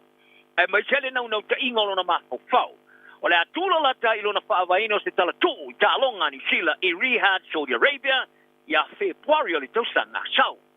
O le vastoro ai sa fōrofula ai o le tamari sa mo kiwi e tausumare lo tausanga, o le afusi o le champini rolangi le pangmamafa le IBF i le solus mo le lua Februari. O le afetaui ma Daniel Dubois o Britania o lo ia umia le champini. O se fusu anga o fata Itali e tangata ono se tawingo i tuainga mata ino a la fusu e lua. O le fusu anga o le isi panga pao popo i le fusu anga tele. I le vau atua Peter Bip ma Dimitri Bivol mo le champini ya yo le rangi au panga mafa po le undisputed world light heavyweight championship. Ai o tangata te mai fusuanga mo tu fantastic. I le fatulanga ina le tau whaingalo na lua paka le champini le rangi i le panga mafa. Pasanga i le tamaru rua e Peritania i le panga mafa o fetau iai i au tala malominga. Mo paka o se avanoa na lua lea o ia maua. Se isi avanoa sa iai na popole le toi o mai. I le valu leo tau sanga muni ane talo na ia umia pena ia uluai umia le champini le rangi le WBO. Ai o whai eina e lua i tama Peritania Anthony Joshua ma Dylan White i le ruas marvalu. Ta le mau tonu ane ngā solonga o lantale ni se isi avanoa e tue pusu ai e le champini le rangi. Apetai. Ta tue whai maria mai ona tue maua ni avanoa o nolona whanau naunga ina ua manu malo i le champini mo mua le rangi ti on te Wildo America ma Shile Shang o Saina. O le pule o paka i New Zealand nei, David Higgins, na e whaari aile lo minga ale The Star Times, e whapea. E le heima se ise fina wina i ale avano ua mau e paka e toi fusua le champini lo rangi. E tauna mai le ilo na naunau ta inga, le aise si ilima whaingo fie, na lue malosi, suia na saunu ninga ma fuafuanga pata oto, a o ina le sona mai a wala whaingo ta, ma manu malo e tutono le maia. Whaari e Hipkins, e mawhai ona i whaalina a whai e manu malo paka i a Dupua, ma whaalua e ona manu malo e champini lo rangi. E whaona o vea ai ma se taunu unga e au sia pitu siri atu le ona mawa e tala anga o talo ngani sila. Ai po se taunu unga pitu siri atu le ona whaingta e au sia ina. O se tamata alo tua ai lau ta polo le New York Mets ili talo ngā le softball i Amerika Chuan Soto. O ripu te neli tau whai maali lia ma le kalapu i se whea ngainga. Poni o fofonga pale via whafonga mai ai. Ono se lau fit se pulu ma le 5 miliona tala Amerika ma le 5 tausanga. Tusalea, ma le tasi tesi ma le tolu miliona tala. Li putia e le vanga o tala le Associated Press. E eri te tononga. O se uruai whea ngai ngā tupe pito maoa e tule tala anga. O talonga whai au. Ya, mangeso. Tala nao ne yaso. Manui e te tauma. Soi foia.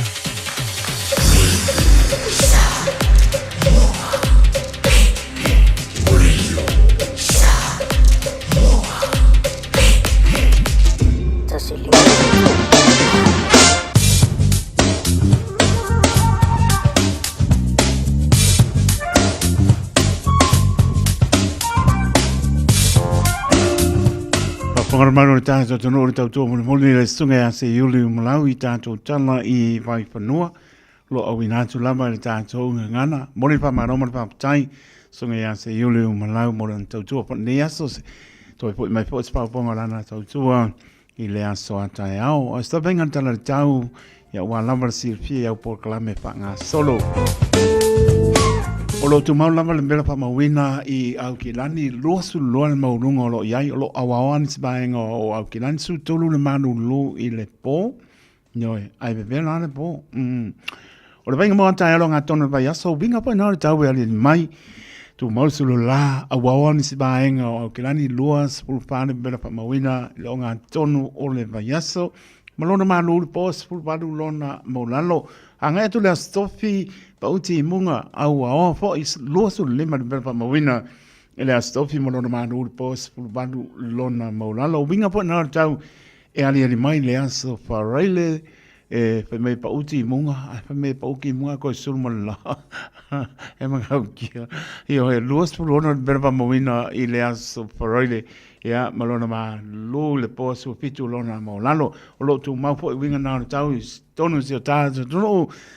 ia sa mo pele o to pinanga mo tato loto e mana tu lo talo lo tu mau le pa mo wina lo awa po tato tu los pro no le pa mo wina lo iai ia malon manu po e los le mas venga no tu tua oi ia pa pe fo ia no pa toa ia olena o lo pa pe na la bo no sulu line ma no si awa foi ia nga e tu le pito la lo sa anlin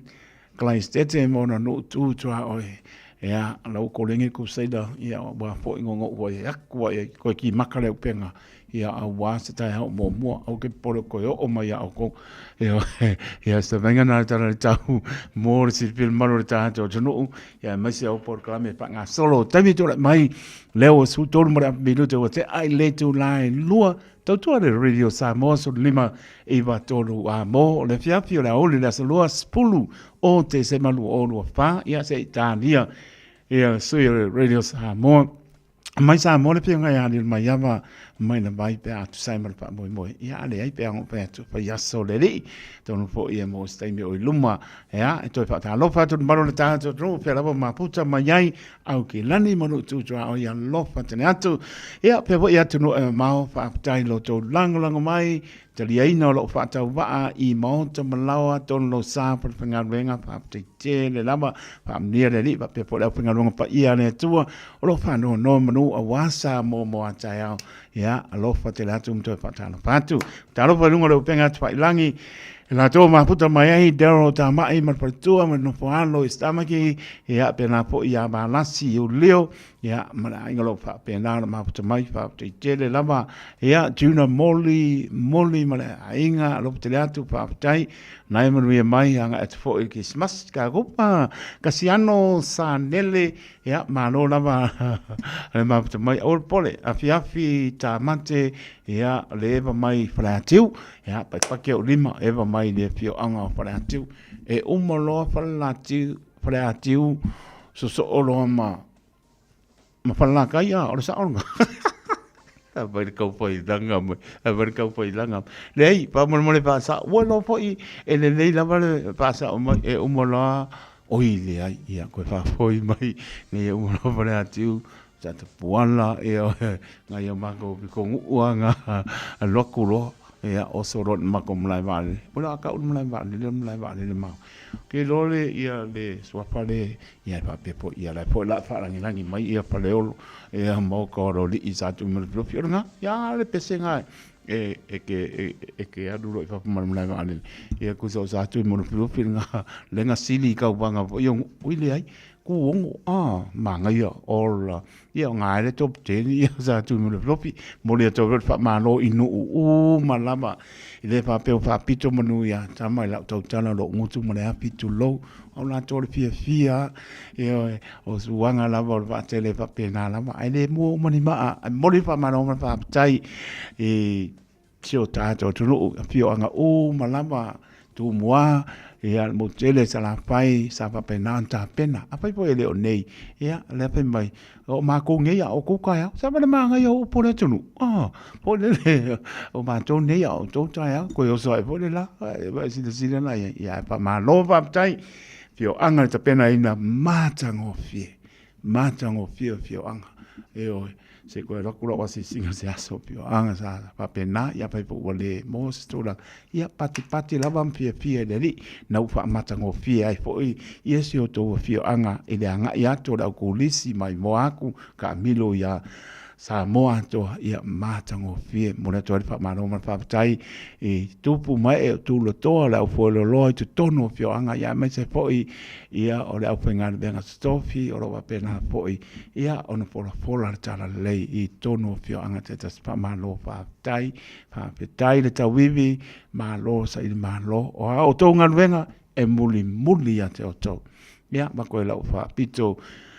e pa tai ese o mato no o sa tu mflofe ya mese la mo le maptanga tina committee tina oka o le pai male audi apa lu pe o to le pai male audi a pe me e avu ale ngai la o tina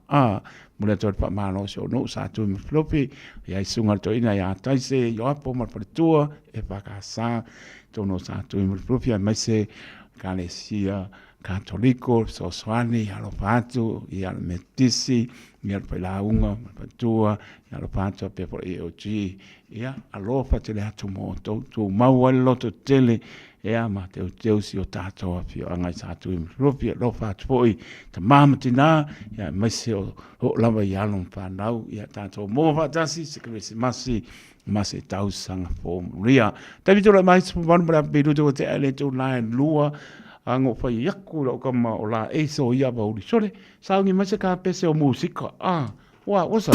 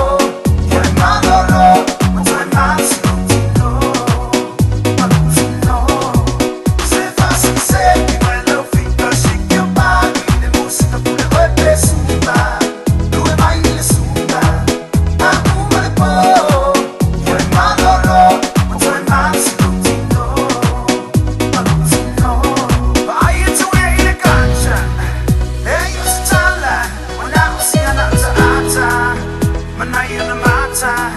au tine matama sei pure seata e mana tua eta e banga bene e banga una lava oe dilo o so so fata amilo lui lungo malano e fali un masso a un pese e fali un tele fa ma ora si dico malebe sa fatte belle si ti mai oli just let me know if you feel the sound let me see you jump up and down to find my via all over fantasy and lay you to your via to find my via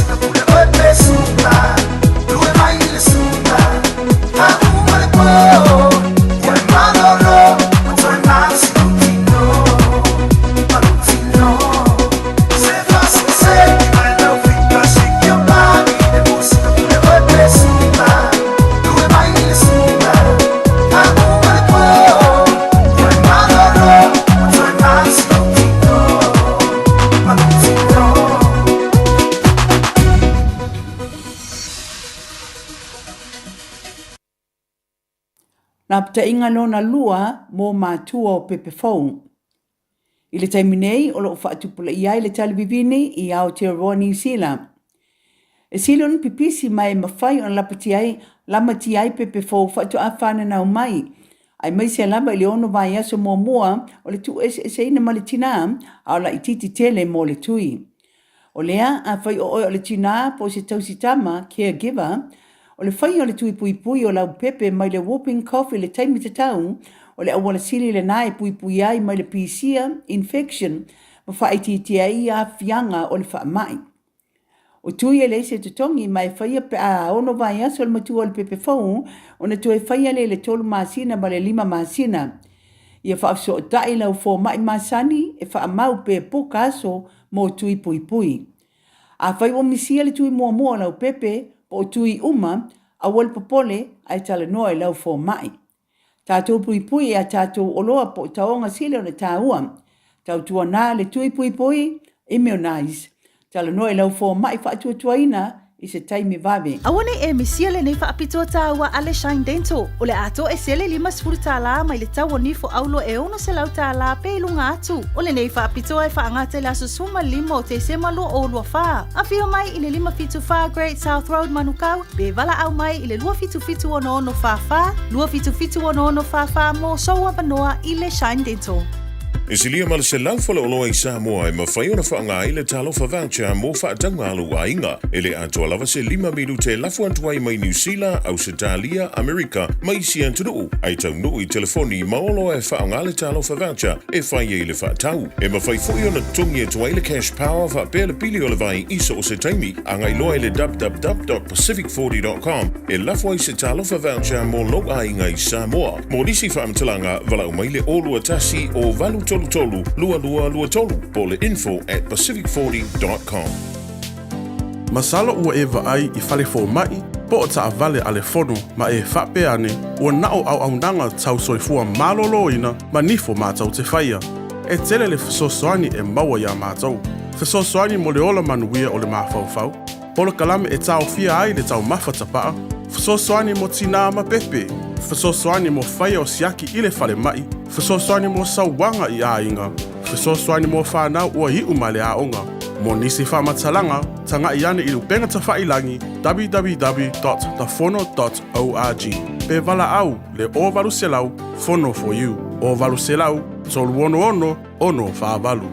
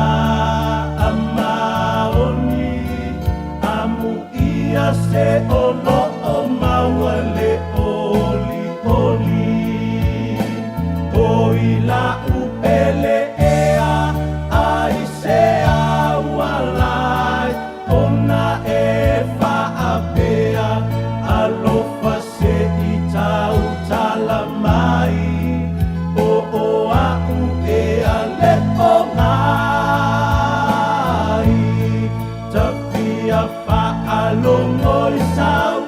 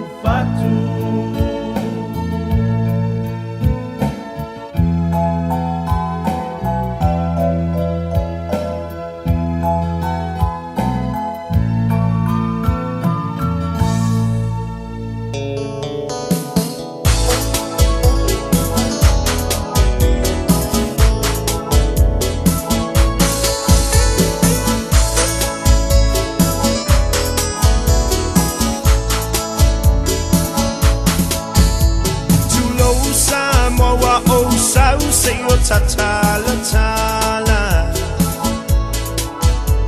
Lele yo na motu o le pawa e mala malama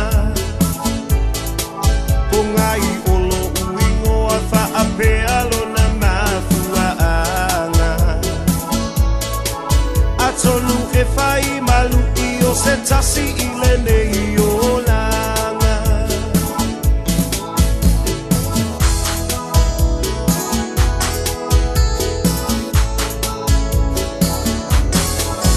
Tasiba malu lima e te upea I lo uanganga Amatanga o le pisingisimo se la asanga Male fale aeta o fie matai Manatu ile malosi langona ile vai vai Mapu maiti na ole olanga Samoa utele fatufu au setala Longa e tau mawhaie a tina e Nau nau I ama wa selu manai A tali I le anga leonga Le ai se ono sai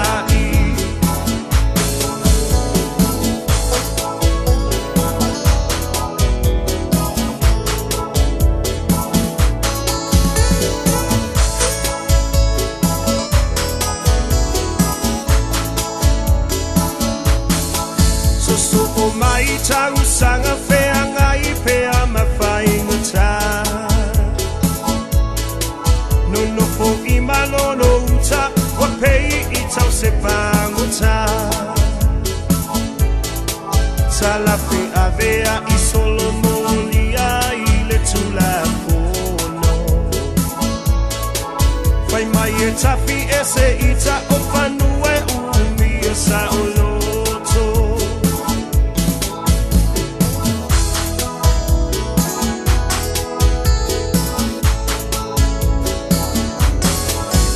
Pena paana tinati I ngā uta o le puiai E langona o le fefe a o Yesu na ia tai tai Tasi iwa malu iwa mapu I maota o tau pau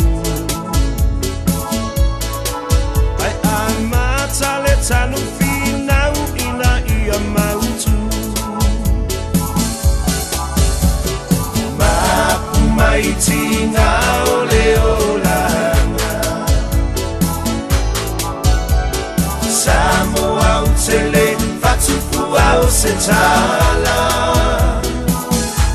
Polonga e tau mawhaie a tina e Nau nau I ama wa selu manai A tali I le anga leanga Le ai se ono sai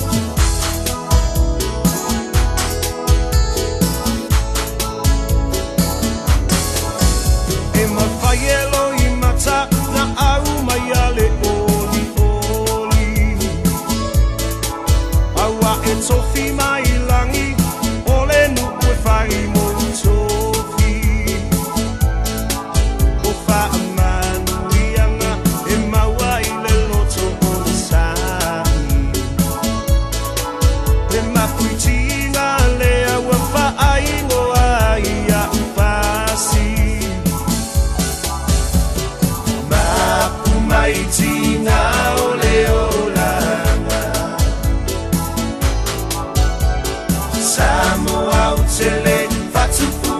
se tala Polonga e tau mawhai e atina e Nau nau ia maua selu manai A tali i le anga leanga Le ai se onu sai Mapu mai tinga o le olanga Samoa utele fatupua o se tala Polonga e tau mawhai e atina e Nau nau ia maua selu manai A tali i le anga leanga Le ai se onu sai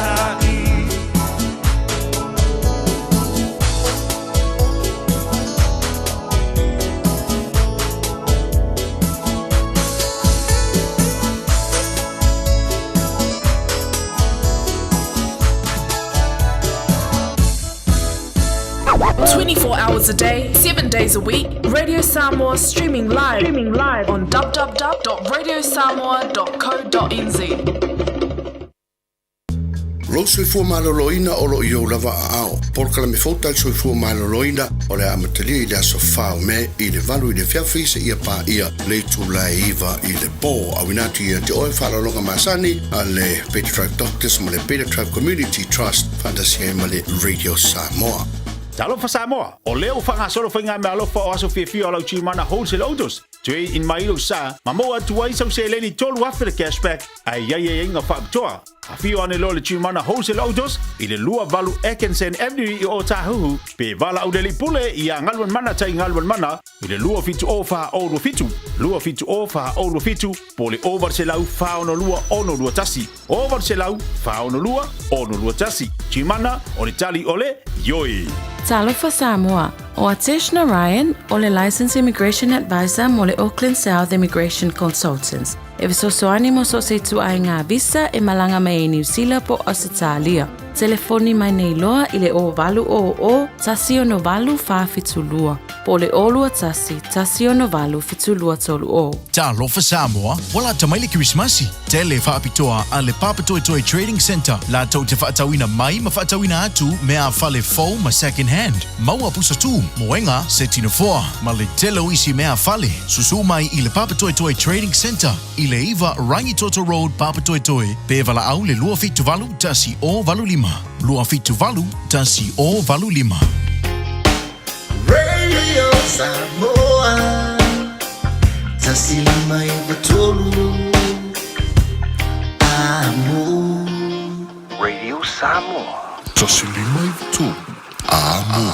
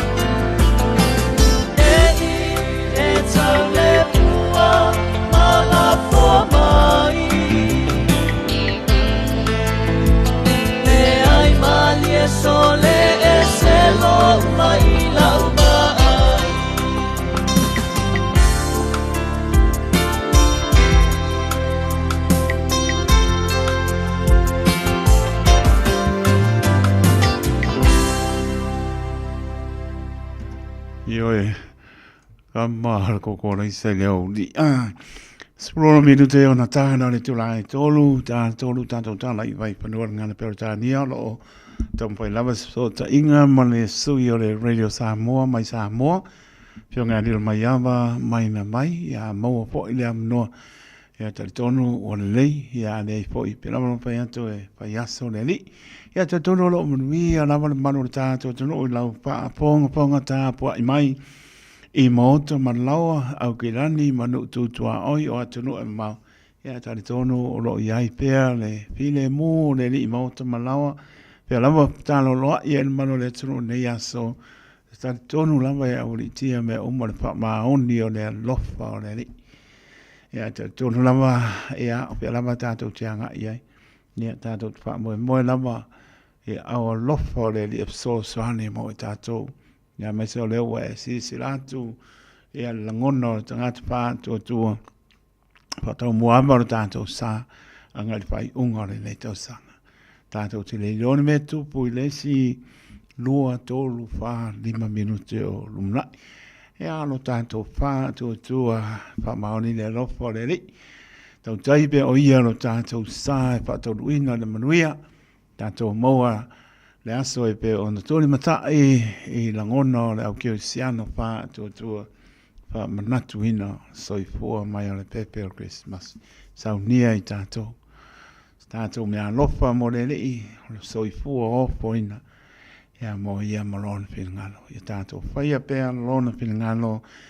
aua ia I tātou. Tātou au lia le manuia ia e mo lunga pēa lona vi inga po iatu. Pata lo vatu la to lunga lo penga pai langi lunga le YouTube channel ia pa ia misi alo so au po pole. Ia ngon ka pe ko ia mai misi lo so pa so nga me ia kwa po singa di makana ia wa di makana pancake e alu le lo va ia so ko sam ia le di makana pancake. Le wa be ia wa nga pancake o lo va ia so ko sam. Le ia pa ia o pa le atsa ve o po le tso. La se me talia wa ko paki o so le fa pe a un me lo fo mo fi ke ga ko mo fo mo nei longi e o ise pe mai e po I ku ka fa bela ya o ise fi o po le pe mai ha ku ma le well done se me va penga e ro I vo ano ka ko longi so e le mo fo mo ai le bela saka po le ala ko inga unanga kuka ia a tātou mana tu natu lava o ele o mauti noa ia lo soifua ia ele teimi nei ia anga e kau sami fua mo maka me aka koe o mani hevi ala e seki aka e ka ilo e ke iwa a pia matangi sta un pai atua taito ia ai ali tau lava o le na so se kau mapa lava ia o ele leia ai opalo me la nga le ana inga papenga ia saunga aisi ia maisi po ifo mai ka pai po ele tu alalo mai ata to ia ma fa mo ia ata to ai maka ngo mala o po mai fa piko nga specialist ngai io no one shama no fa mai so se ka mapa ele e ke ka sa mi ai ka mapa uma ai pau ange la o pau kuanga awane oba a tasi le vai aso ka sami ai ia le mamoi am ko manga ia ai le ole fitu aso le vai aso o ngara le anga ia le sa no anga po mai le ia pe KFC ile fitu aso le vai aso ia nga si le pia la ia fa si oba wo oba anu mana nga o tunang va pena ko ko lesi ka ya o le pan ko lung ba ne va ponga le tu ai ja wo oba nga wo oba ke si ai mai le sa nganga po mai tasi le vai aso once a week lamba le ai lo kom pai e fly steak ai ele fitu aso le vai aso ya la pa me po mai so se ka uma fa ta isto okay ai obolo ya ngana le mo ai pa me po ia so se ngase ale mo wa tato e ma po mai ale ka uma fa ai a lo wa ta tonu sa ole so se ngase ai ma po mai ta uma fa ai ja o le pa to tato ua ia e le va pe ko nga o me ai tia le ai ia ka uma fa le ni ai songa pailo ia me ala nga kupu ia ai pa to ina mo tato uma a le pa mai pa ku nga a wangi ko e ia to fa ben la fa mo ia nga ka sami ai dai pa ila mo fa makar po mo lo ngi ke ngase ia na po e mai le foto nga spoma ole mo ma nga ia le po mo maka ia ola ko nga ai po mo maka mai ai la ki e le ai o mal nges ia ai le pa pe pa ko le ele se malo si o opose le lo fo le ia tato wa le ka pa mo ia le sa ile ko ke le va ko ile i ora ma le mori mai sa mo le lo po wo ko la wa lu ia mai na va le fionga so pe a di mai la wa le va il malo po pe wo ya le fa ka ya ku por ka ya pa tan malo le no ma lo la ma sa mai tan to lo na ta to chala i vai pa no na per tania ia anga tu le a fa le todo ia te po Yesu mai te pe mane pe ngot par tua ia Natasha ba elua le sa sia por Colombia nai ia non fa no pe se me fa mo a por le todo ia anga tu le sulima por spulu minute le tolu ia ba ko mane ska por Colombia ia tani tu la fa ia ona o fa pe foi le lo fa ta a mai lo a ma tu lo lima wai ula ngā runga nei aso, pāptai lea tua, tau mamai, e ai sui anu fōa, na whionga lei a tau a Sabea Harrington, ia, marisunga ia Isaac Paunga, ia, te pai fōi sei mene fiafi, ia ngā lei pēr nei, tau si mai no tau soi fua mara tātou ola, tātou te mauai, tau nu unga le nei tau sanga, eo, a wā pēr o kusi mai a ka mai a ke oe ka ma o lofa tua mai kupe ia o umako ulom palai o ngai fi o kui sipungi ko kusi mai lo kupe kali pe nga de o as fia o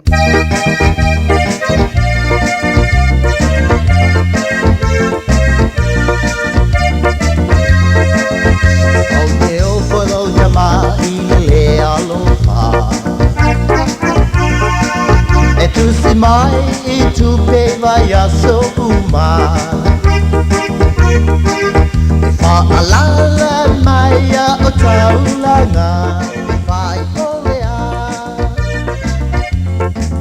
na la ko ile tu pe le vai a so lea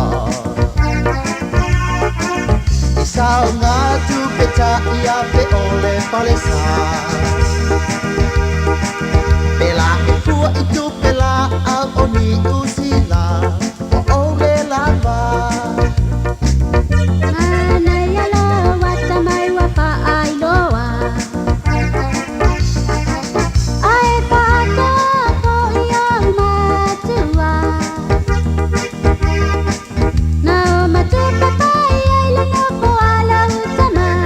isama nana o ma ve umata me alma le tivi vire ama mala pusa asa e o iula mai puna ve umale na satala mana yelo musu e fai ngaluenga ai fa atu atu ilo agata ola ola mona fai ola ule lava ai ono lo fa yo matua ita so mai e au matua ai le ma fau oi i le matana na ta fa ai poi pole ai o se mea ka i le mama te le ma fau oi i lo walo pa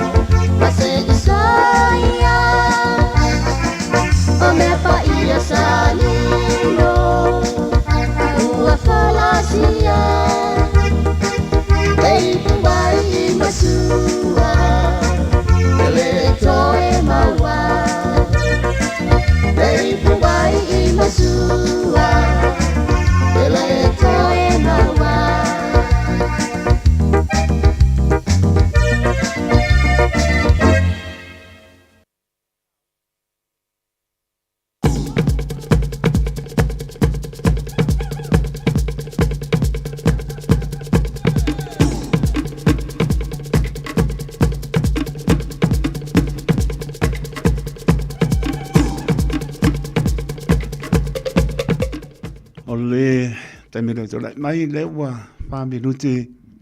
ta le tu la to no misika ko news ia tau mai lo sa fio ngale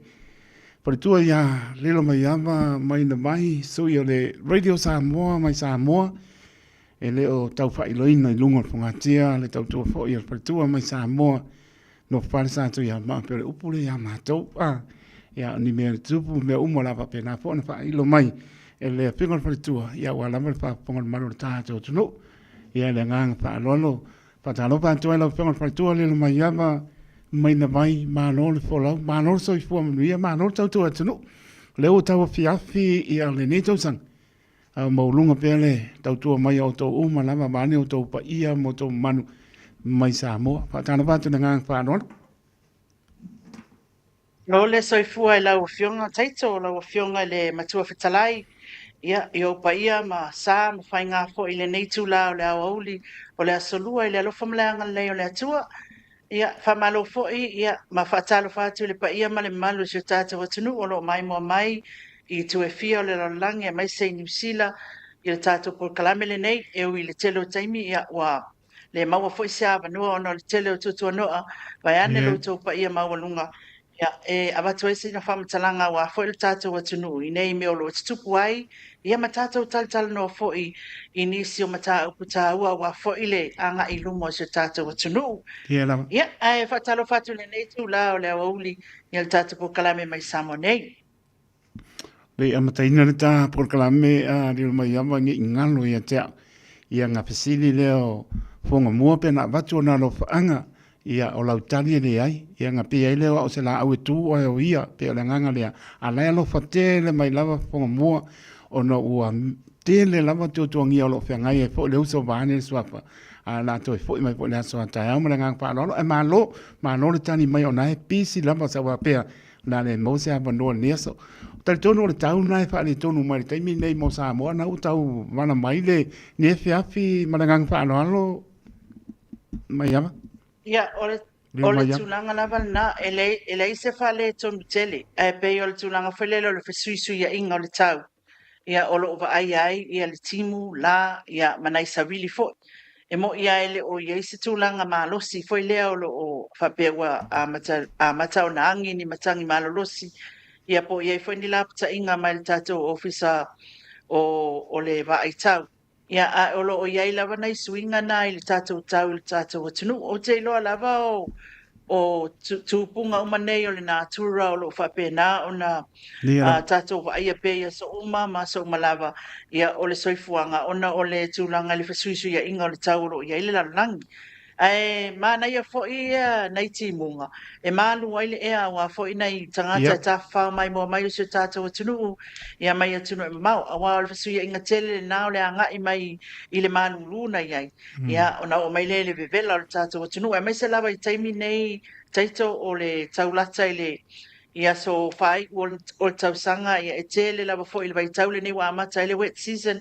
e pe ona ta wai ia tatu tala tau ia o ina lava tele ina bevela ile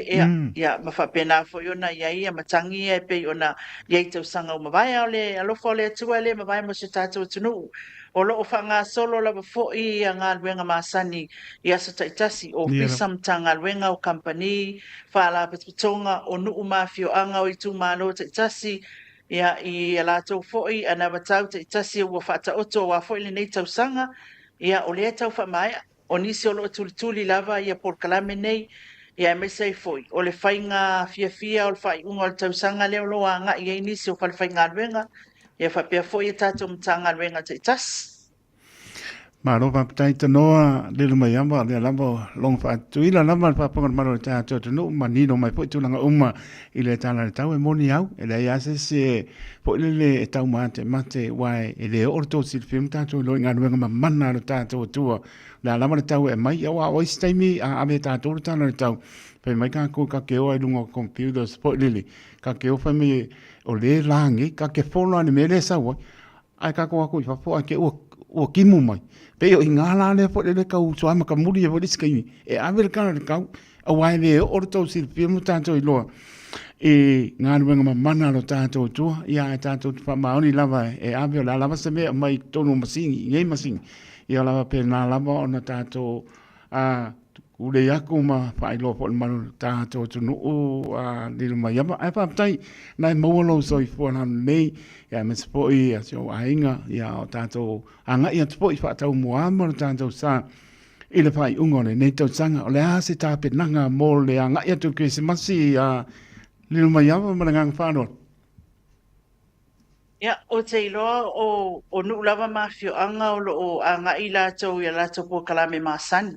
Wai ai ia nu mafio anga i whaia lātou pespesenga, i ai fo inu mafio anga i e kālesia lea. E fo inu mafio anga o i ai whaatasinga a inga e pei o Sauwhai, ia o Reunion, ia o i ai fo inisio a inga o i ai lelo i Matamalingi, ia ma le whaanoanoanga le nei fo i vai tau o tau sanga o a amia le atua se soifua o se tasi o le ainga. Ia, ma o vaia lava ia so umai tonu o le tātou atunu ia tūlanga whapea. Mo le fasiringia fo i olo tangata. Ia, o le polkalame masani ia, maua ale malo longa le lei mo le nei fo i whai unga le tausanga ina ia ma whai ona toe maua le malo si a wa fo i le toe wha e o ngā ruenga ma o ngā le whanau le tausanga fo o le mea sili lea o na tau. O le Krisimasi fo i o le Krisimasi whaingofia, pe au na esila fia la o fionga le matua fitalai, teito o le aunga ma le autu o le anganga o le alifaola ina ia tatou tau whai maua le Krisimasi i le anganga maua lalo ma le fiawe pe ona moli mai le pepe o le Krisimasi whanau ai le whale manu. Ia atonu o le langona foi leo se tatou atunu e mo i lava o lo o iai ia tulanga foi e o le whaatau o whaatau ngai pisinisi, ma whaatastasinga e pe o pāti, ma tūlanga mwhapena. E langona, ma iele manatu ele o le aunga tāua lea o lea fo i vai taua tātou wanga i atu iai. O lo whaataua lava lea nganga o le file mu, o ia tātou tau whai maua o whaatasi, ia ato fo i male tūlanga fo i lele o le fia, ia male loto maua lalo, o le anganga o mai whaatasi o a inga te tasi uma, ina ia mawhai o na maua le whaatasinga. Ia, ma patia fo i le anga nei o le atua mesel whanau mai o le pepe fo tātou te whaamlatu i le nei fo i tau sanga. Maro papatai, maro sau noa lil mai ama, le lama e mātango fia e moni au, ai pau ala u whaamalosi mo tātou umale o te awinatu i lunga fo le ala leo, tuli matai, e le tā ua le aso, e tā ua le autu le aso, e le tā ua le aso le tātou i tuli matai la o ke siano wha atua tua. Ia ai tuli matai le tā ua le aso ma le anganga na mai ai, ai po le alto ai penga soifua mai i se whale tani malo ti o ata, ia ma le susulu matango fie o mo lim tunanga wapena, ia ai tuli matai. Alu ale tupo le li o li alu ai le lo. O le whale o manu e le fie o i ese tupo le nela no langi a ni mai am. Ia alfa tita ingala o lau lui tau po na mota ua ni mai am ai le whatonu ina o le tua fine pa o lau finga pa tua. Ale lui tau po na mo le radio Samoa la tatou tu matai le ala mo lalo. Ia wal mele o ei walangi fa pese. Walangi fa pese tatou. Ia le vola tatou o atu pepe o Krisimasi. O Yesu Keriso, pepe o Krisimasi Yesu Keriso. Fa manatu ina waile o toe fa nau mai Yesu. O le fa manatu ina. O le ason soifua ma Yesu ai tu matai. Ia pe o le anganga o le atu e apa tai tene lava le mai amo fa nolo tai mia mai. Ia ai tu atu pauan me fia o ia fo le te amata mai pa somlo o le ase tu langa va mai le va ina mu mangoto ina. O fe uanga ia wale to tele le professor ia ngo atu ai ke le ko fa longa se update mai na po ia wa o tona sila tonu o le baitele. A mātou pe tau mate atu makau apa mako baba ia ko le baitele malangang pa non. Ia, moni au, taito, o le tūlanga lava ia i le fwoi mata upu. Ia pei ua ngalo mātu fwoi le mole nei fwoi vai tau. Ele o ia i lava se isi ripoti la tamai le tūlanga lea i le tatou vaa o lea na whaapea mai o lo whaia ia suesuenga. Ia matūlanga o mai peo na pa au mai e fwoi ia le au suesue mai New Zealand. Ia mai lātou fwoi o lo fito i tonu ia le ngalwenga fita e tua i Safata, le tūmalo Safata. Ai o le tūlanga matango fie fo e peo na fasiningia. Awa o le aunga lea ma le autu o le tātou fo i ngā luenga. Ia o le whamanatu ma ia mauti noa e tala noa ina pea. Ina ia abatu pea ma le whamanatu i a tātou authorities la I tatou sui o le malo tai ia matulanga whapena I lātou o lo o I le loto I whale o lea fo I mataupu e tatau ona inform le atunu e tau ona longo le atunu I le tūlanga o lo o iaia lātou suenga I le taimi nei ai se aso fo I o le lava ia so fo o le satu o le lava ia so tuana isa sa fisiningia I fo ele I tau la le suenga I lea mataupu ona le ana ngata mai ala lātou whaeloa mai nisi fo I whasalaunga walo atu lunga le ea ia ele I to yese tala o lo whapea mai a o lo whaatino ia lātou suenga I tuama ngā luenga uma ina ia mawhai ona ave ese mai ia le swau le tonu le vaalea mama fai foi loa ona tam fai ngā luenga e toso ese le vaalea mal tato ngata I fale ai o te iloa ele o whaatamala fo I le malo New Zealand Ia foi tūlanga taito o lo o iai lava foi ona o le tele foi lava o le tatou tau a mō awa o le tūlanga matangofia lea I le tatou ngaluenga e tau a mō le information tau a mō le lipoti tau a mō tala o le ale me o iai awa o le tatou tiute lea ina ia mawhai ona ngai oi ma ia mō foi ia o lo iai foi ia nisi o fontanga sa matou awa ia le tūmalo ia sa whapena lava ona langona ina foi le leo o sui o le tūmalo ia po matai foi I lea foi tūmalo ina ia mawhai ona maua se tau I foi lea whale tupi ia ai ele manatu o le tūlanga lea o te iloa e tali me le malo New Zealand ia o lea foi lava na manino foi Italia le palemia manino foi Italia a le fionga wa wasamana ia e o lea ele o tilo ina mea o lea tilo mo I le fo ia o le whawhitau li la ia mawhaia ngā luenga whesosoani. So o lea laitu ato al tātou whamoimoenga I le tātou malo I la tau lea I le vaitele ia o le talanoaina o upu nei whaatasi ma le malo New Zealand I le tūlanga o lo ia I le whawhitau li lau a fionga taitu. Malo whapitau le ua maua fo iwa e sau nori tūlanga nei le I le wa le alawa tau mate po le ane tūlanga o ia I le uma nei atu le malo New Zealand wa lai fo I tangi sama fo I nisi o ofi o anga o lo ofi to I tonu ai le ia le msa upo I le wa na ngoto ia mamua ia lai tangi mai lato le tūlanga le ua e sau no tonu lama ia e tānia lupe o maunu pe o le upo tonu e taunu ia se moe fo tupu ai ia mamaua e fo I se le va pe ukako aunga ngia ku se tau ia le upo moni aka ke se tau I wai le se o le sila fia le taimi nei I le alu o le sua unga alu wai wana fa mai le se sua o alu lunga a fa mai si o le sua o alu lunga le afa ia po le afa ina ala o alu lunga sua sami wa po le agama ia fo ia fi nguta ia mai se lava wa fefe ma o e no mai ava e ke causa mi le ia le a wa fefe wa do a o marca me anu ngal pa wala me sa ngi do pa e ma ne pa ponga le tunu ia wala manga ku fo isi me ia ke anu a pia ia ma e pa mai o a wanga nu nga muri ante o le mai ava ai ma no fa tai o ma ma le so le la ko fa ia tu nga ne fa mai isi o le ale menga o mi nga pele pa o ma pepe pa le motel sala fa ai le o tupu I tu mu am le nga fa lo ia wa o nga ke ma singa alu I motel sala fa po le a kong fa wa umi wa fia ka ma fa se mai e o ngai ka mai ki fo ne ia tu lo le ngana wa ngale ngofo ma ko fa nga mo di tu vo ie o mo di selam tu langa pe ko e o ka ko le il soi fuanga na soi fu e ai mata to vola e ai ma ngang fa lo mai ama ya o masalo o le faatolu le ona o message le la fionga le liminsta o wai e le lava ona sauna mai le fionga ia olo a fo fitivai ile tulanga foi lele o le a tonua a wai le ilo eta tole root o le mata upu ia ai peia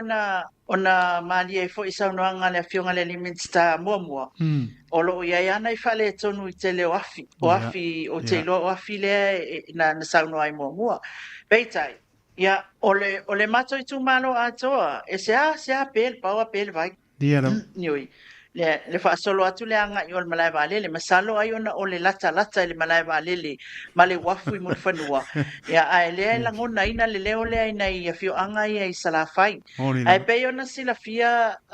taito ia o le fa tolu ona o i meli le fio ngale le min style itali mai lava o lo i se tala la tamai o tulanga lea masalo ia o lo o tutua no ai telefo i o tiu te wha minsta i lana tanga lue ngai o le au i esa se singal tatou i lona ofisa e wha manguia krisimasi o lela e whaisaka ko wha manguia ngā fo inga le wha mua i krisimasi ia olo ia mamaua mai ese tatou reporti mo le vai aso fau ai o tūlanga na leolo iai o lo moli mawina e o whaila i upolu nei o lo moli mawina ai ia e tūlanga whaingatalea ai e fia iloa lava po le ale mafuanga ai ona sai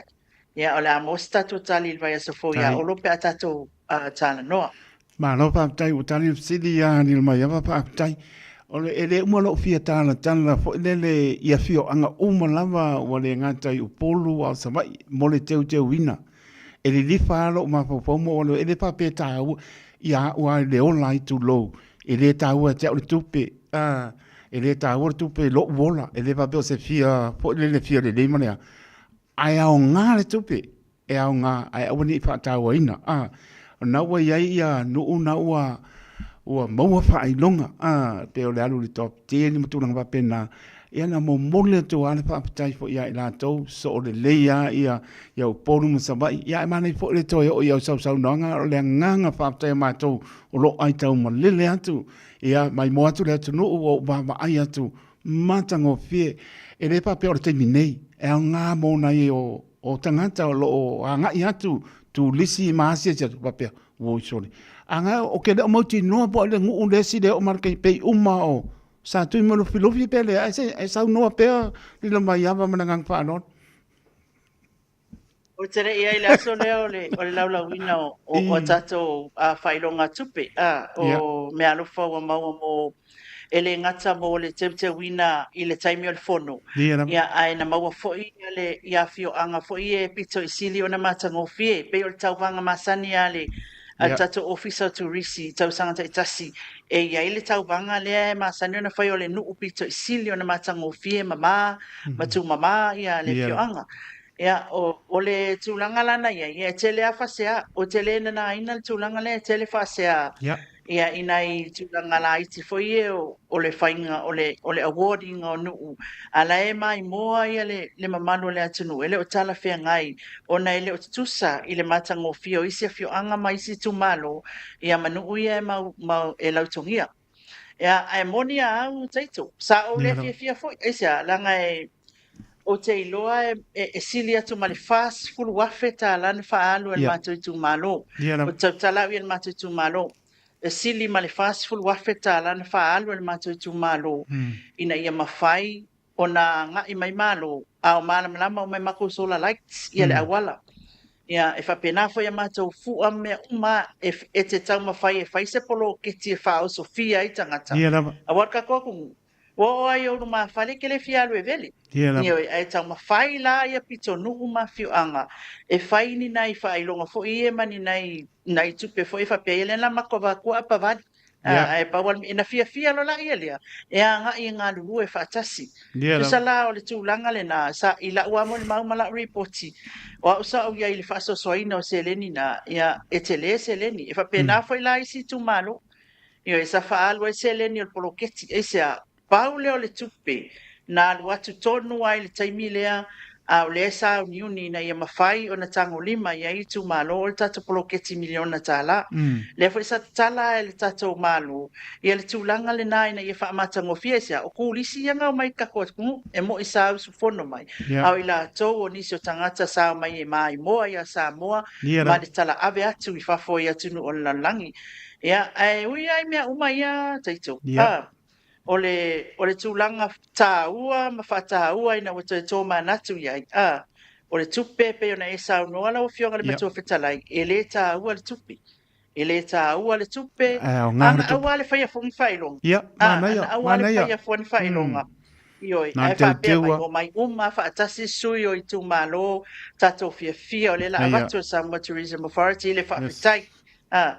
Awa e la i titi le awheli masalau na le maua isi I tu malo mai le tupe safalu a ele itu ina ifo ai le anga fia Ia o fio anga mai tu malo sa fai ai ina ia fai le mea sili ona ngatai na latu tau mawhainga wasi o tatu watunu ia len tau wala wal whamamoi ai o namia umo sa mo le atunu e masani I le mea ka o le alofa po le a lava le lava se tupe po le a lava ko mumur kai mingi e fai mai ngai a se kala malo ko e karika ko malo ko sanga fo ia January e makua ko e fa mama o mai tu malo isa langa le se sa mo e fia no fonofo ai sau ia le malo e vai mai le tapena ina le fali ele tapena ina ta fa fali ele bele le vau io e tu langa mana o le tūlanga la mana unu ia I taimine wa tūla le takom le wa umal tatu taninga malolna a le lu ima nei a taimine a paka ko whawheloa I la Jesus le whamana tunga o le Christmas I koe a nga ilo e koe vele ma nga ia au ka whaka ko pala ma tue whawa o lai tau tau afu au na ia tunu uia ia tatu o fio anga o le maua le mātou I tu mano tu pea se ia mai a sa fia e whaamatang o fia tile pia ia se ia mai a Sofia ia na tatou te tapena la ia lea mo tau sang fo pe mai anga luenga e pe a matalia anga luenga tau sang fo Malo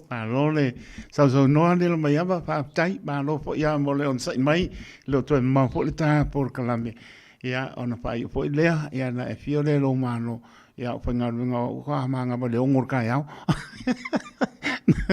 ai pa tai ia ko fonga mua ia o ela por Colombia ole no me la se ka ia o tu nge po io wa le wa via ma head coach ole au po le fitu o ma o ese kala the head coach ia se o ngange o kamalo ke le la kamalo ole ai ese kai mi ka ke o pa ka se e pe langa se au po le na pe ma se ma wa ku sa mo e ang pa kasi ai le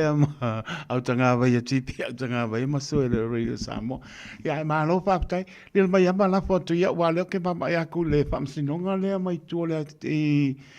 e matangi le to ale panta po le no po le atu langa le fa alu pe sasi po ya le fa ponga to nisi po mal ta to ia manisi o tu langa te fia sau no ia ta tau ma vai ma nga fa la fa te tele a mo lo tai mi fa no ina mai mo ma mano ta to no Malo sa no la wafionga taito ole tau pule sa tolo la wina el famasinonga ile vayaso talwai es el vayaso nei nafi al vayaso talwai le sa tolo la winai ia le mtau pule o de tolo maila ia le mo nafi ia ole la tolo la ia wa tu ina mai foi molianga molianga ole deception mal fraud ia mo le tasio sui o le sa vea fai pule o le mauta fono le fionga ya manu al sanga lala e fa pe fo ile le ali I pule no mai tua ile matamtang ya ona o tulanga la fo ile fai o matai ile se o manga o le mata pule na le fai o pepa ma fa saini ya ma fai le matai le suafa ele fai sa sa fai ia o le ala wa e te ena la ia le la wa ia te olona tulai ia molianga ia o le ala wa te o le ala wa te ena el pule no uma le fionga ia manua ia molianga ma wa fatulanga mai ela alfa masinonga o le masina o junior tau sanga fo ia o leo le fa fonga alfa masinonga I mau leo tu inatu ia fa pe foi le tu le o lo te ena ia molianga e tu inato na ilo le fa masinonga mo sana fa aitunga o tulanga na le mata upule pe ona mo lia twaile foi sabe me fai pule si fai pule le mota fono oni se tata mata upule ile foi nei ile fa masinonga o le ua toi fa le au nga ina ma se mai le fa masinonga ma walunga ia mo lianga o le fa mea o le afionga ile ali I fai pule le afionga ia lo au kinetisio ia o lea ua ave sea mai mawhale au ngaina mai Supreme Court. Peitai, o lo o tu ina atu lava I lalo I le District Court. Wa o lea fo iwala awa ini si o molianga. Mai le mata upu lava le si o manga le mata upu foi lea taito lea na ia le fale lea na sunuina. Ia lea o lo o molia ia le ia le fionga ia lo au mama salomia ai. Ai tu sala o le fale au ngā molianga ia lua. Ele ta ua mai le prosecution pola alma fuanga.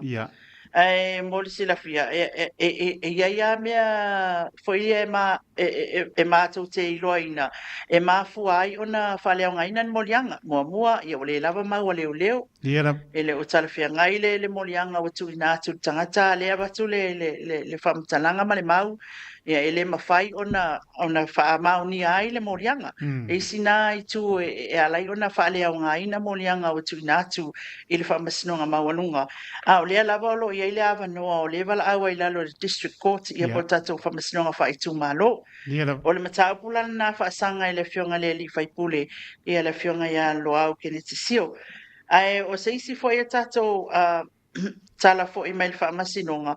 o le ete ena e se ali tonga li potia e Samoa Observer o le no whaitau ati e iana nei o li poti mai le te ena e se tasio o ali i pailate mai tonga o lona molianga ia e peitai ua apalaila na pe ua tālasanga lana lo ia mo se tūlanga foilele toi amenda ia mea leo lo mawhai ona te tala i tua o bail conditions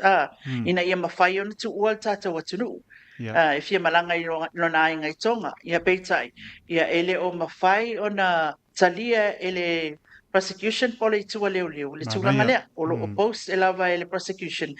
ia ona o la latou ma e whao no le toi fo i mai le alia ia pe o atu o le molianga o e tu ngā le molianga o le whao ngā lima matanga foi lea sawanga matanga ia sa whaia ia o lea la o moli ai le ali pailate lea ia ma tatou tala moli taito la o fionga no fetalai o le whamavaenga le tatou atunu ma le ampasau Japani o Keisuke Sante wa tolu tau sanga o ngalue ai le ampasa leo Japani Samoa tonu pe toma natu tulanga foilele na matou iei whaatasi o taimuli na leo teiloa na matou tala no ai male ampasa lea ele taimile na foa ia sipi fo ia leo over male totsefuru le na foa o fesosoani le tatou talinga malo lena foa ia Japani o si toi ina lea sa ia foa ia le ampasa lea o Keisuke Sante o lea lau whamawai tatou atunu ona wa umala na konkarate no foa i Samoa na sawe o se ampasa o lea foa i malo o le la sui foi le ampasa o mai tatou atunu tolu tau sanga o le taimi tonu ana nga i mai ele ampasa lea te manatua la o fionga taito le taimi foi le o kongo mai a pepesi lo Markovic ai failo lockdown nga quarantine ya lo sto ina lea ana le umala le umile sa quarantine ele sa utua ai o te fia fa matala tuala on tata la noa tulanga lea ona ole ampasa pito i sili lea ona humble o nei atunu ia pani tatou atunu ese le Samoa ese foi lona winga o lea foi ampasa ila na ngalue ai le tatou atunu o lea lau whamawai ai masalo po leo atu atu Japani teminei ia e whai kirisimasi malona ainga nisi na o tala taito wa foi le nei aso il tapo kalame ma watu se isi whapoponga le vai aso fo o nisi tala mai le tatou atunu Pamalo papai Bele patau wale o ne pai mafonga tau moni al porenga de Radio Samoa mai se o le paponga le mano tato tonu lo mato au mau e tonu ma mona tu pa mano ma pa tai mano ta pena ta tonu le pai ngo fie tai mo nganu no me po ina ya me se po tai mi ya nga ia tu tau pai oto mai nim ta upu ya wan pa ponga lo tato tonu le ngata Samoa au tonu ma ma to pa mano pai ba ya ta tonu o ya la wanu ia le mano saungi mai le kuka ia ase me ano po le bankau au lau me ano fa le mai ya o ma uanga le pa lima fai o fo nge kausanga lima pa pe nga pa lima ya nge kausanga o le wata ma fai al ni kausanga ta talo mo le kausanga io o tulanga na pe ese mea ya ma wa pe fia mal file mo le aptai ia pa mano pa tai ang le la po fuanga so do ainga mai se le malo so tato mano pa mia man ka peneta tu ngai ia mai se le antoro tato no la pa ngalo to fio lo pa penanto ma puta mai lo ele na mato so ifua e ma mato vola e pela me le sara eru le lo mai ava su so e pa malama e ba ma ai tua tato filo I pe tar sang mo pe ia o pinangano warta tu ina le ngata o lo tato o tunu ia me se fo o tunu e mau o lo fatu malo ia me se fo ia suia de radio Samoa ia manuia ta penanga pa mo o malava o Krismasi mo sau sang fo tu mau le tele famniang mai lo tato tu mo te nei la foto fa mai pa te tele lava le mai ama Ia, o le tātou po kalamele nā Samoa mai Samoa nei, papea fo i tanoanga ma le fionga le matua whatalai a taito, ia ua maua le nei a o auli matangofia le alofa ma le anga lei o le tua. Ia ele manatu, ia o le a whapea fo iona watu se whamawala longa le tātou tunu, o le a fo i se tala o le taunga maalia la whafonga ma la mai moa le nei tula o le aso ia malu ave fale lo finangalo ai tato to e feilo ai ma pule lo fale atua e avatu lo tu so ifua ma samanta wola ile stofio lo lumana ine on tato to e feilo ai le ape a o mai fonga mua e wale o tato feilo ine le fionga ia taito ai fa taitele la taito mo le tato po kalamele so ia le manatu ia safa mliina mai mo se tato tunu e mai te nei so il radio Samoa nei manu ia tele la fiafi i se tato tunu Soifoia. Te tele ba lilo mai ava alo fatu soifoia.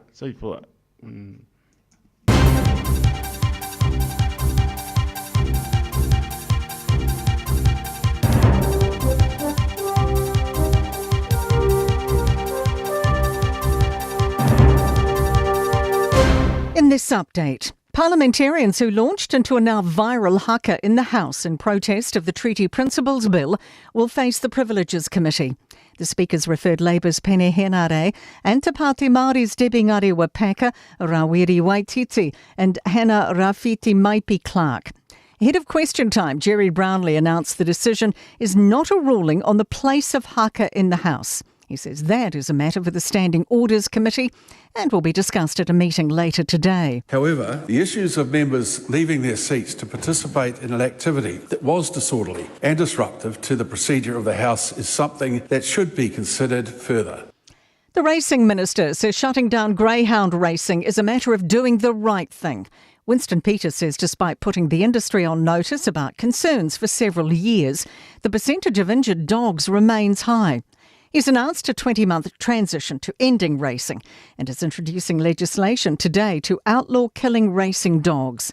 Peter says that allows time for properly rehoming nearly 3,000 greyhounds. We believe that we can find them working with the SPCA and other groups, and including maybe an international consignment because they're very popular in some countries. Exposure to online extremism could put our young people at risk of radicalisation. The Security Intelligence Service is holding the national threat level at low, indicating a terror attack is a realistic possibility in New Zealand. Director General Andrew Hampton says young people are digital natives and online savvy, but this makes them particularly vulnerable. Details of the online presence of a man arrested over the shooting of a US health insurer boss, Brian Thompson, last week. Luigi Mangione praised the Unabomber online and posted self-improvement content. The 26-year-old has been arrested in Pennsylvania. Former FBI agent Steve Moore told CNN his being found with a gun, fake IDs, a mask and a manifesto is telling. It tells me he's moving with everything he has. He's not leaving anything behind. He doesn't have a stash place or a place where he's living right then. He's very mobile. That's news. In sport, Chief Executive Mark Robinson is underlining New Zealand Rugby's commitment to Kiwi fans after their failed bid to take a home test against France to the United States next year. The French Rugby Federation rejected NZR's venture to move a July match against an under-strength Le Bleu outfit overseas for financial opportunities, citing player welfare. Robinson insists they're not actively seeking to take All Blacks tests offshore. But our long-term strategy involves being able to connect with fans right around the world, and especially in emerging markets such as Asia and North America. And as it relates to North America, there's obviously that North Star point sitting there with the 2031 Rugby World Cup. Frustration from Wolves football manager Gary O'Neill over contentious refereeing decisions in their 2-1 Premier League loss at West Ham, which leaves them floundering in 19th at risk of relegation. And that is sport. I'm Raylene Ramsey. Ole Radio Samoa, se furulima iwa toru a mo, e tautuaina o e ilaungana, fitua so le vai aso. Ole tangileuto le mai leo a tonu lamba le tu lai tolu, ta tonu le popats mai le fionga pertua ya Natasha, ba e lua por kamel sa sia, ismaia la paponga Samoa.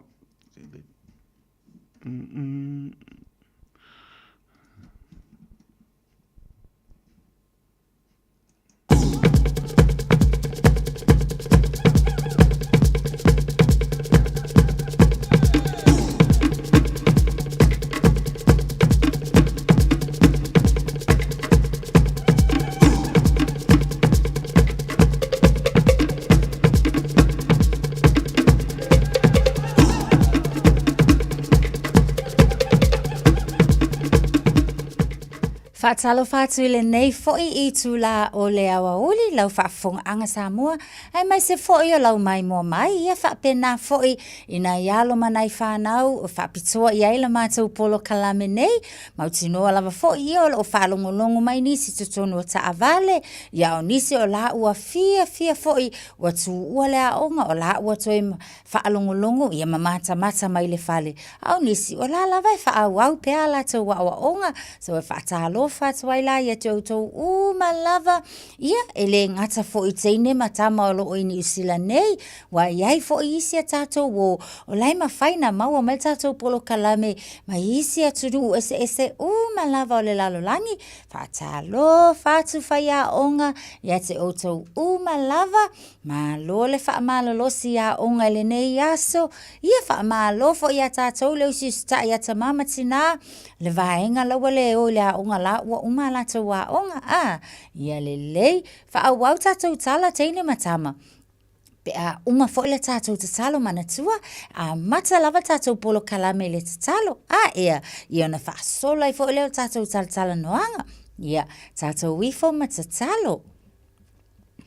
Whaaftaitele lava Yesu lo mātou tama I lo walofa ma lo wanga lele ia I mātou. Whaafetai mo le mea lofa o le ola ma le malosi fua I fua mai a te oe. Mātou te whaafetai ai lava oe Yesu la mātou wo whaapele pele ona o lo wanga le leile nā ma lo walofa mātalasi le nā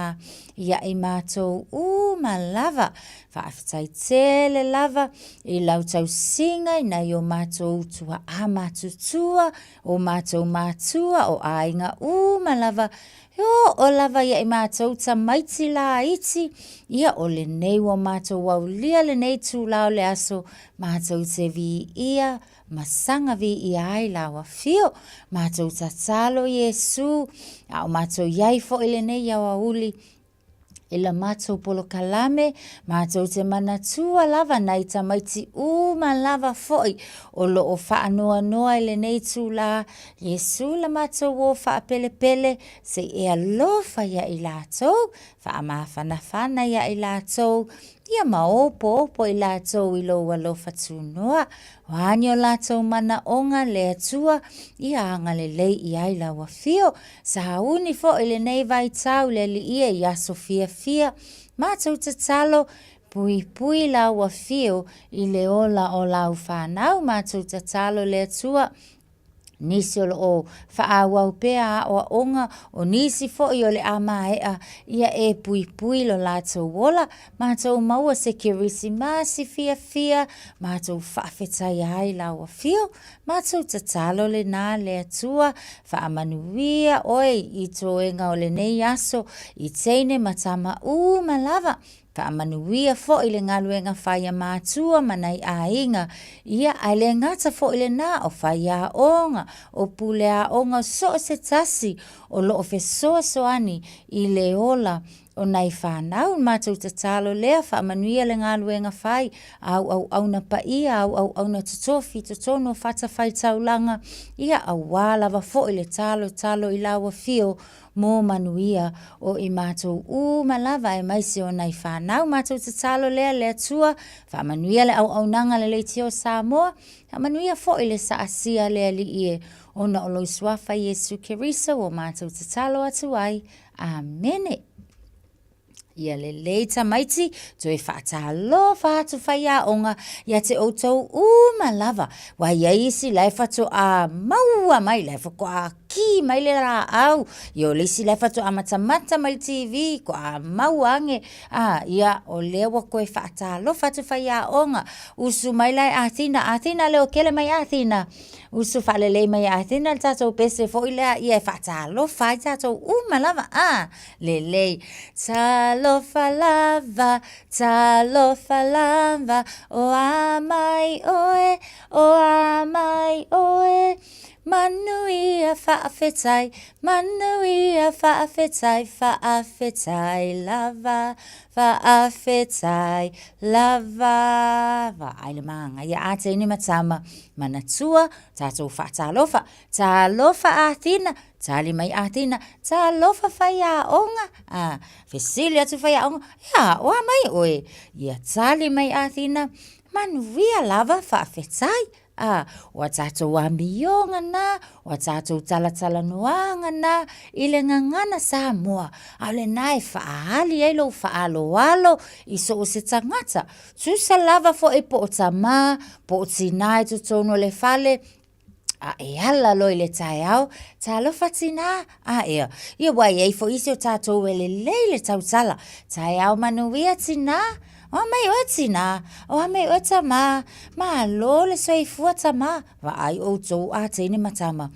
Upu manga ngaia umanei o la tātou ngangana, la e a fi ai winga au lelei o kākou, io e la wami o lelei, o la wami o whaaloalo, o la wami o pūlea, ai a mata mai ngai lo fale, io e, o na e halu lo leile haonga, ia whapena fo, io na e whatalo falelei, whawheloa i na i o whaia haonga, pe a whape o la lava fo ia isi o tātou e le itu ua le haonga, o isi o la wele fale, ia, whai le leila utala noa le leile na, ia ta mamatina, ia, e whaau ngā upo le tātou ngangana, whai ngō fie a teine matama, ai awailale ngalo, ka penga malau moenga wailoa, wala whai wana no fale fale, ia, o isi o tātou e fisoswani, o isi o ka wakile re mamafale a venga tina i lo whaakele fe ia aia e alu ngei lea o ngā lo poko i e whaife au whaalongo lelei mai a o tau teine matama ia tutusa lo usi tai o whaia o ngā ia ma lo usi tai ata mamatina Wailoa, ia, la ngai whaamanuia lava oe lea tua, i lo usi tai i ata matina. O le amatanga lava le na o manuia, ia au e tupu ai le nei fo i o langa. Ia tau te iloa o tau te ina matama, to atele i o isi tatou wo, halu whaia onga, mata ia latou celebrations po whailonga fo i o latou fianga, tau alunga i le whaiunga tau sa, ka le fia whaia onga, Sava vale mai ia tātou wo fo ia ma latou ofu wha ma latou pūrou ia o kale mana ia teine matama e mai se tātou ie whaalongolongo mai lea onga a mata tō anga e halu i lea onga ia io e ni whaapea lava oe e le se lumana i e maua le halu ia so uma lea onga a mata le kele ia le naia o ai la wa mio a mata ai ina lo feso ta iatu i tangata feso ta iatu i la wo ia wa e loa tala no ai la wo wa e loa le langona o le ono sai io e o le ono sai le sia wo ia lo faatali lo taimi tu uleva noi le sia wo o winga lelei malava ia o tato winga tau sili ia o le tau mawhaia ia e loa ai e alanga i loa o lo fia ke alu i oila onga Ia wau le isi makua I au ngā kala vai alu le aonga. Ma ngā ngofo le telefoni po le iPad I le fale. Le ai tamaiti o le tāua lo walu le aonga. E kei loa ai foi. Ona e tala noa fa au popo mai e whai aonga upu I lau ngangana. A o lau tatalo a makanga e kakalo le fale aonga. A ea a matana ta pena lo moenga leke moe le au le fale aonga va ai. Ia e loa foi la ia teu lau lunchbox pe koe keu au mea ai pe ha mona e una whai lau mea ai o le wauli va ai I ai le aonga. A ea ia ai le ngata lai le nā, ia o lo wi loa ai wa e su e atu, wha au popo whai ngumela, wa e loa whai tau whai ngumela, ia wa e loa fo I le mafua anga, wa e fia I le nā tura, wa e hao ina nisi o mea I lo lalolangi le te o lai, mai le kele o mea manganga, ia ali tene matama, ia ai mo tātou la, lea ua atoa le 5 tausanga, le tausanga I 5 ia pe wha pe tolu o lai sa onga I tono la onga amata. Ma lo lava ia te outou ese le mimita o whai a onga. I le va ai atu ia te outou, mana I outou mātua, le fia mai. Ia ina ua hi umanuia le nei tausanga. Sa ungi lo e alu kausanga fau, oka o te tali tonu. Ua maku wa I lava tātou, lava ka penga tātou. Ia lelei, ai o le nei whalao li maanga, ia le tusi whai tau na sau whai a o ngā piki mai lumai o ia. Vai, o le tusi whai tau asia uole na halu foi, I le ha onga, ia mō tātou lai whaalongo mai le whale, mata mai le whale. Whai tau te whai ango tātou tusi, o le tusi e wha peretania, ai o le a tala noa tātou, wha Samoa atu e whai a onga, ia. My ordinary, extraordinary day. Oka o lo waso le ngei e makua I sili o ngā ofo-ngia pe sa yaise mea na tupu manga I o le nei aso moa. Ia lelei. Whai mai la, o le ingola tātou wōlea o jeba. Ia whamai o so se taimi lava, mai waso lava la ua leva. Ia sa iai se loi e ngoa ia jepa. Ia o jepa la, e mahasani fo i o ngalunga ia le a onga. Ba ai, e se lelele o jepa fia o alu le a onga. Ia o jepa foi, o le fia ia e sa vali I le a onga. Tilo mai o tau ia, mwhaina mata mai. Ia wa halu nel savalinga a jeba malona tina I le onga. O le maasani la jeba, o le fia ia e piki lau la au. Lea e tau atuainga ia I lungo le awala. Ia so se lau la au lava. Ia ma so se lano lau la au. Ia va ai mai o tauta mai tisi.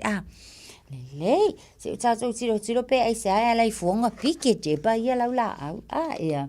Ia umana piki. O na alu lea ma ave umana laula au nei I le haonga. So e whape na foi lala na mea na whai I le aso lea. Ulunga laula au, lang mumu, laula au lanu sama.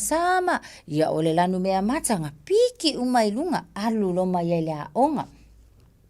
Ina ua ai mai wo jeba I ana laula au. O ka le fia o tamaiti. Ia, ua fia, ua ofo uma isi mai wui. Ese uma ia si epi o fo linga o laula au a jeba. Ai wha mai isi, uia ale kele fo ia langu ana laula au. Tamaiti, ia wa aile maana ia. Wa ia isi o tātou e maasaki, wa ailanga o atu e whaila tonga luenga I le laula au le whale a onga. Ia, ona saulo leo le whaia onga o jeba, wa au mai le pepa, wa au mai vali, ia ma peni vali, e ese le pepa, ia e ese foi vali, ia ai ese foi ma pengi vali foi ia au mai ma le kelu le po le whaapipi, ina ia pule lava le tamaititi, po le hala na ngaruenga e whai I laula au, laula au asia lato wole o jeba. ia fai mai la, o isi, ia ua fai ala tau la au, ia ua whaatino, ua whaangofi, whaapipi, ia ua whaapipi mai le atau le la au, ai fai mai la vai lau la au, o isi foi, ia ua fai atau manulele, ai atau tilo mai matau ilo, mai vai ata ia o le atau le manulele, o isi ata ia vai le ua toe tusi mai eta maiti, ia la tau ata o le la au, ma le lau la au, vai le maanga, ia ata ine matama, tato ngā luenga fo ia le fai tonu la o ngā mata. Ua pisi umata maiti oka ua pisa o. Au mai le ke lu. Ia fai mai lesi se mai ale pulumu se i o whao ngā se i vali wha pipi la wata. Ia. Ma le wa aia tu jeba. E ia le tamaititi. O lai e tilo mai. E le o mawhai o na sau. I le mea le iai umala atau manai ana wo. Wha pēa lo le maa fau o jeba. Se i o walu ai o isi tamaititi le lapo le ale me o tupu. Ia. Le lei oka se le lei o le ngei tama o jeba. Ia lo watu lo ma jeba. O le me o tupu, fai lo ma le tala noanga. Fai mai lo jeba, ta lofa. O lo wingoa o jeba. Ia tali mai fuila, ia leo le tamaititi. Ta lofa o a o kiko. Ia. Fai mai lo fo jepa kiko, e te fia sau tate o. Ka fai mai kiko oisole, ka imanga ia, e ma fai lana tau. Ia fai mai lo ma jepa, ia, sau ka o lai ole le lau lale, ia vai. O loa wa fia loa ma kiko, ia, wa iaise si wa ma fai na tala no atu ia te ia. Ia o atu lo ile lau, ia alu lo jepa sau fai le lei le card mo si ona tina. Wato telo tato, fia yo tato e fai mvaenga fa apea, fai le card mo tina, ia be fai fo le card mo tama. Ia, ola ngā luenga kiko. Alu watu loa kiko fau lo malwa alele. Fau lo malwa alele malang koe inga. Fai le alele malona tama. Ai le mana ia ua whaasola la tau tala noanga sa ia o lava ina tā mai le longo ua o le taimi e tu ua ile a onga io o le taimi la le na ua uma na whai le alele a kiko ia ua uma fo i na sauni le card a le tama le o jeba. Ia ma le sava vale tulo i fafu oka, wa whaatali mai le tina o jeba, ala fo i whaatali mai le tama. Ia o si tama le o kiko ka mo, e loa kiko mai, ia, tama, papa, ia, va ailau va alele lea. Oka le mana ia wa fia tama o kiko. O se aso mua lea, wa mo e atu ai fo i kiko ia, masana ngaluenga, sa faya i tutonu le a onga. Ia e whaapena fo i le au le lei, o le card na faya. Ia ele tama le o jeba mo si ona tina, whaapipi i ai lau la au le lei, ma le lanu wai. Ia o le unga le nau tātou tala, ua tau whai yo fia unga loa lātou, yo lātou ahinga i le nā aso, o le langona na o ia jeba. Oka o se langona fia. Ia ta maiti o le langona fia, e whaapena foi, i siana wo fau le o kiko. Le leita maiti, tātou tala noa o ala, o ni awa onga mana naia fo ilea, o lewa maua mai le tātou tala, fai mai o le tama lea na wa aia kuilanga wo, oi, lai ai ku mai a ka lo fai. Ia o na langona lea ia le langona alofa, wa ai, winga tau sili alofa, ia manga o loa fai mai, se i o walua ke kalangoa iei oila wo, au mai i langa leo tu mai anga o ia, o lai ua whaasoa, whaasoa atu lau langona, ia whaasoa fo i mau alanga oa ie ke ngalue ai, wa isa kākou, Oka, e ki nganga le isa ngaluenga a kiko o whaia mai aki o alewa e kangia mai i ka whemele aunga i sau, right, au tātou tamaiti, o le awa onga le tala le nei mō tātou, ia e loa o na whaasoa o langona o le loto alofa, e mawhai ai, o na e wheso o tai so o se tamaititi lava, we share because we care. ia fa mai fo isi upu caring. Sharing is caring. Ma ai ta mai tole tele ia o ao ngā mō tātou. Ai ole tā ua le nā, ia mawhai ai o na nofo le lei oe, ia Malaysia wo. Ai whapenga whai kongo le whale, oka. E o kula le whale kau kango mai sau ke la kiki le meta alo, ai fo ila ia ki oe, wai kango fo i pō, wai kango kūlei, ia. Le ai ta maiti, o le awa onga mō tātou, ia e loa o na ola whaasoa, ia e loa foi, o na e ola alofa. Tala noa mai le maa, ngai ala kalangoanga. Ia, ele ila kufoi eu, ngā lua kua mai. Talofa, lo wingoa o jepa, mai le maa na ia, ia whapena foi la, e whamasangi ngai la, mata na e tala noa whapena, alu lea o ngasu sa, whatalofa ele isi a wo, tau iei lo wingoa, ia, whapena ino whanga o e o tau mata mamatina, ia oka e wa aila iei, o se le fia o tangata iate, oi, o lea oa onga lale na, mō tātou, lea foi la a ngā ia kule kei me ke lei mea ka alo, ia e manatua, whaasoa, ia e loa o na ola whaasoa, ma e ola alofa,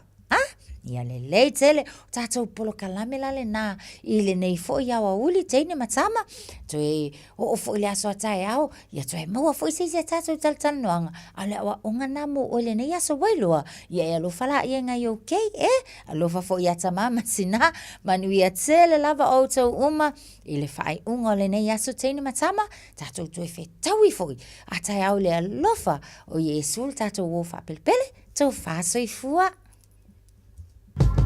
Beta Drive Doctors i le taulanga whaatau i mangele, whapea manrua. Mo le vainga o so ngase pe amana o mia. E whaatino e fo i matupui pui o le whana witi, o tupui pui le COVID is flu river, mo i lātou is fuluan tausanga malunga atu. Whapea matupui pui o le flu. Wala au telefoni, 255-25 mo so wanoe whaatino ai nei au nanga. O fisa fo mai i mangele i taftafane o le McDonald. Amanrewa e taftafane o le Faletusi po le Public Library. Beta Drive Doctors Clinics. Talofa Samoa, o leo whanga solo whainga me alofa o aso whiawhia o lau tiumana wholesale autos. Tue in mailo sa, ma moa tuai sau se leni tolu hafe le cashback, ai iai inga whaaptoa. A whio ane lo le tiumana wholesale autos, i le lua valu Atkinson Avenue i o Tahuhu, pe vala au deli pule i a ngalwan mana tai ngalwan mana, i le lua fitu o wha o lua fitu. Lua fitu o wha o lua fitu, po le over se lau wha ono lua ono lua tasi. Over se lau wha ono lua ono lua tasi. Tiumana o le tali ole,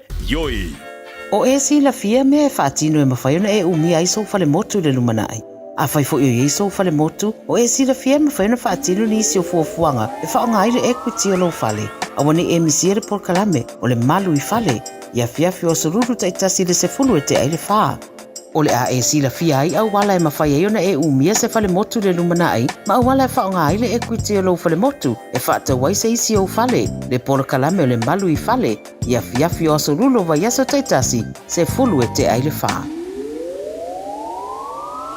A whai alo sa ili se a o ngā a mata molo walu. Au aloe te toi popole o le Galaxy Childcare e tele o na la lai au kilani i saute. E toa tele whai a o ngā ngawaa o le a o ina le whanau e ia inga whapitoa pe a le sitala lo walu. Tolus fulu i tū la, free. A vanoa le vena le a onga mo whemalanga inga le whanau, free. Maua mea ai le whanau, free. E ia inga whapitoa. Mo nisi whamatalanga, whafsotai le o lua tasi, o valu tolu, lua fitu, lua iwa fitu. Talofa, we're the Katinas, and you're listening to Radio Samoa on 1593 AM. Just think a minute. It could change everything.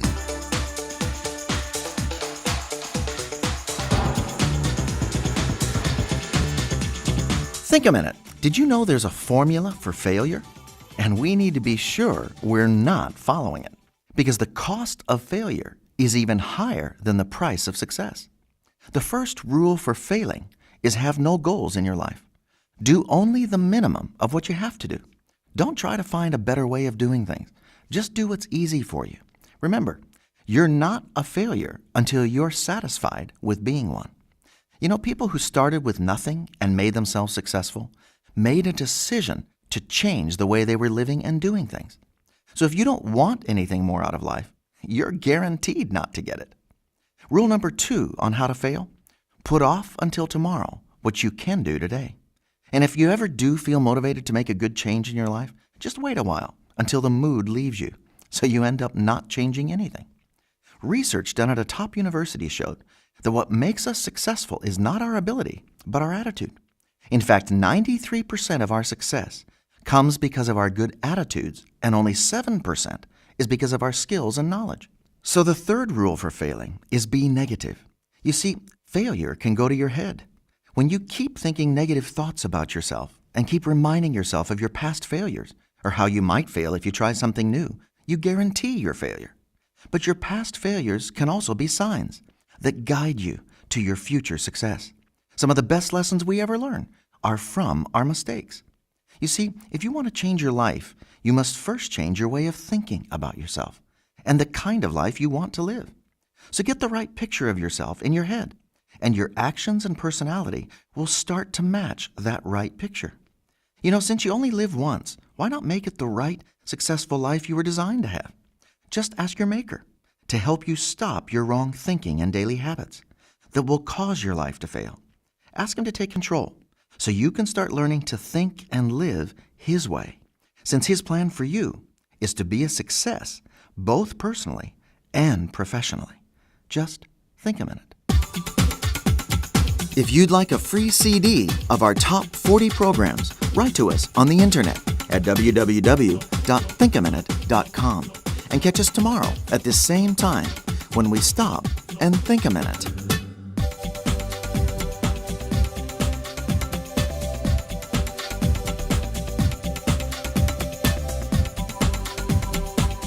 Whapokota le aturu le tātou por kalame think a minute au inatu le ngana pera tā nias whaponga le aso atai au pera tātou lia leanga leo le tai taurunga toa I mas tau tua le au una pātau wāsa mo le aturu pele ele rama le ngana taito whamalia ina lau tāpo inga o te tatalo I le atua lofa mai lau pātau wāina ia whamalia ina lau tāpo inga sa mo ne aso mo le tātou māptanga whaapetai tēne leanga lei, whaapetai mō whamleanga, nisi o le mawatu apa I lungo le apia pōringa, ia marunga le YouTube channel, alofa te le atu au kilani manu tūtua, oio atu no e mau, ia, tātou mōrepi le mō le li, tātou pō laupatasi ia a au alofa o le li, I ona au la bea I mona au pa mano ro, tātou te mau ai le pai unga netau sanga, mō skirisi masi pi le mō, ia pio mo le pepe o Krismasi, so poatu lo tō so I fōra tātou wola le tau sanga pō, mō lunga le alofa, maranga leo lo tātou tua. La pose ngano le tau tamali o le upu e parangata I pale, poto le tau tai se le nātu yama, pa ma ngano le o na pātau maa. Le whiunga ia le a tau asabea Al Harrington, ma le sunga ia Isaac Paunga, tau te maputa se e pai po steina le fiapi, taito te loto le a ona soifua, ma ia manuia.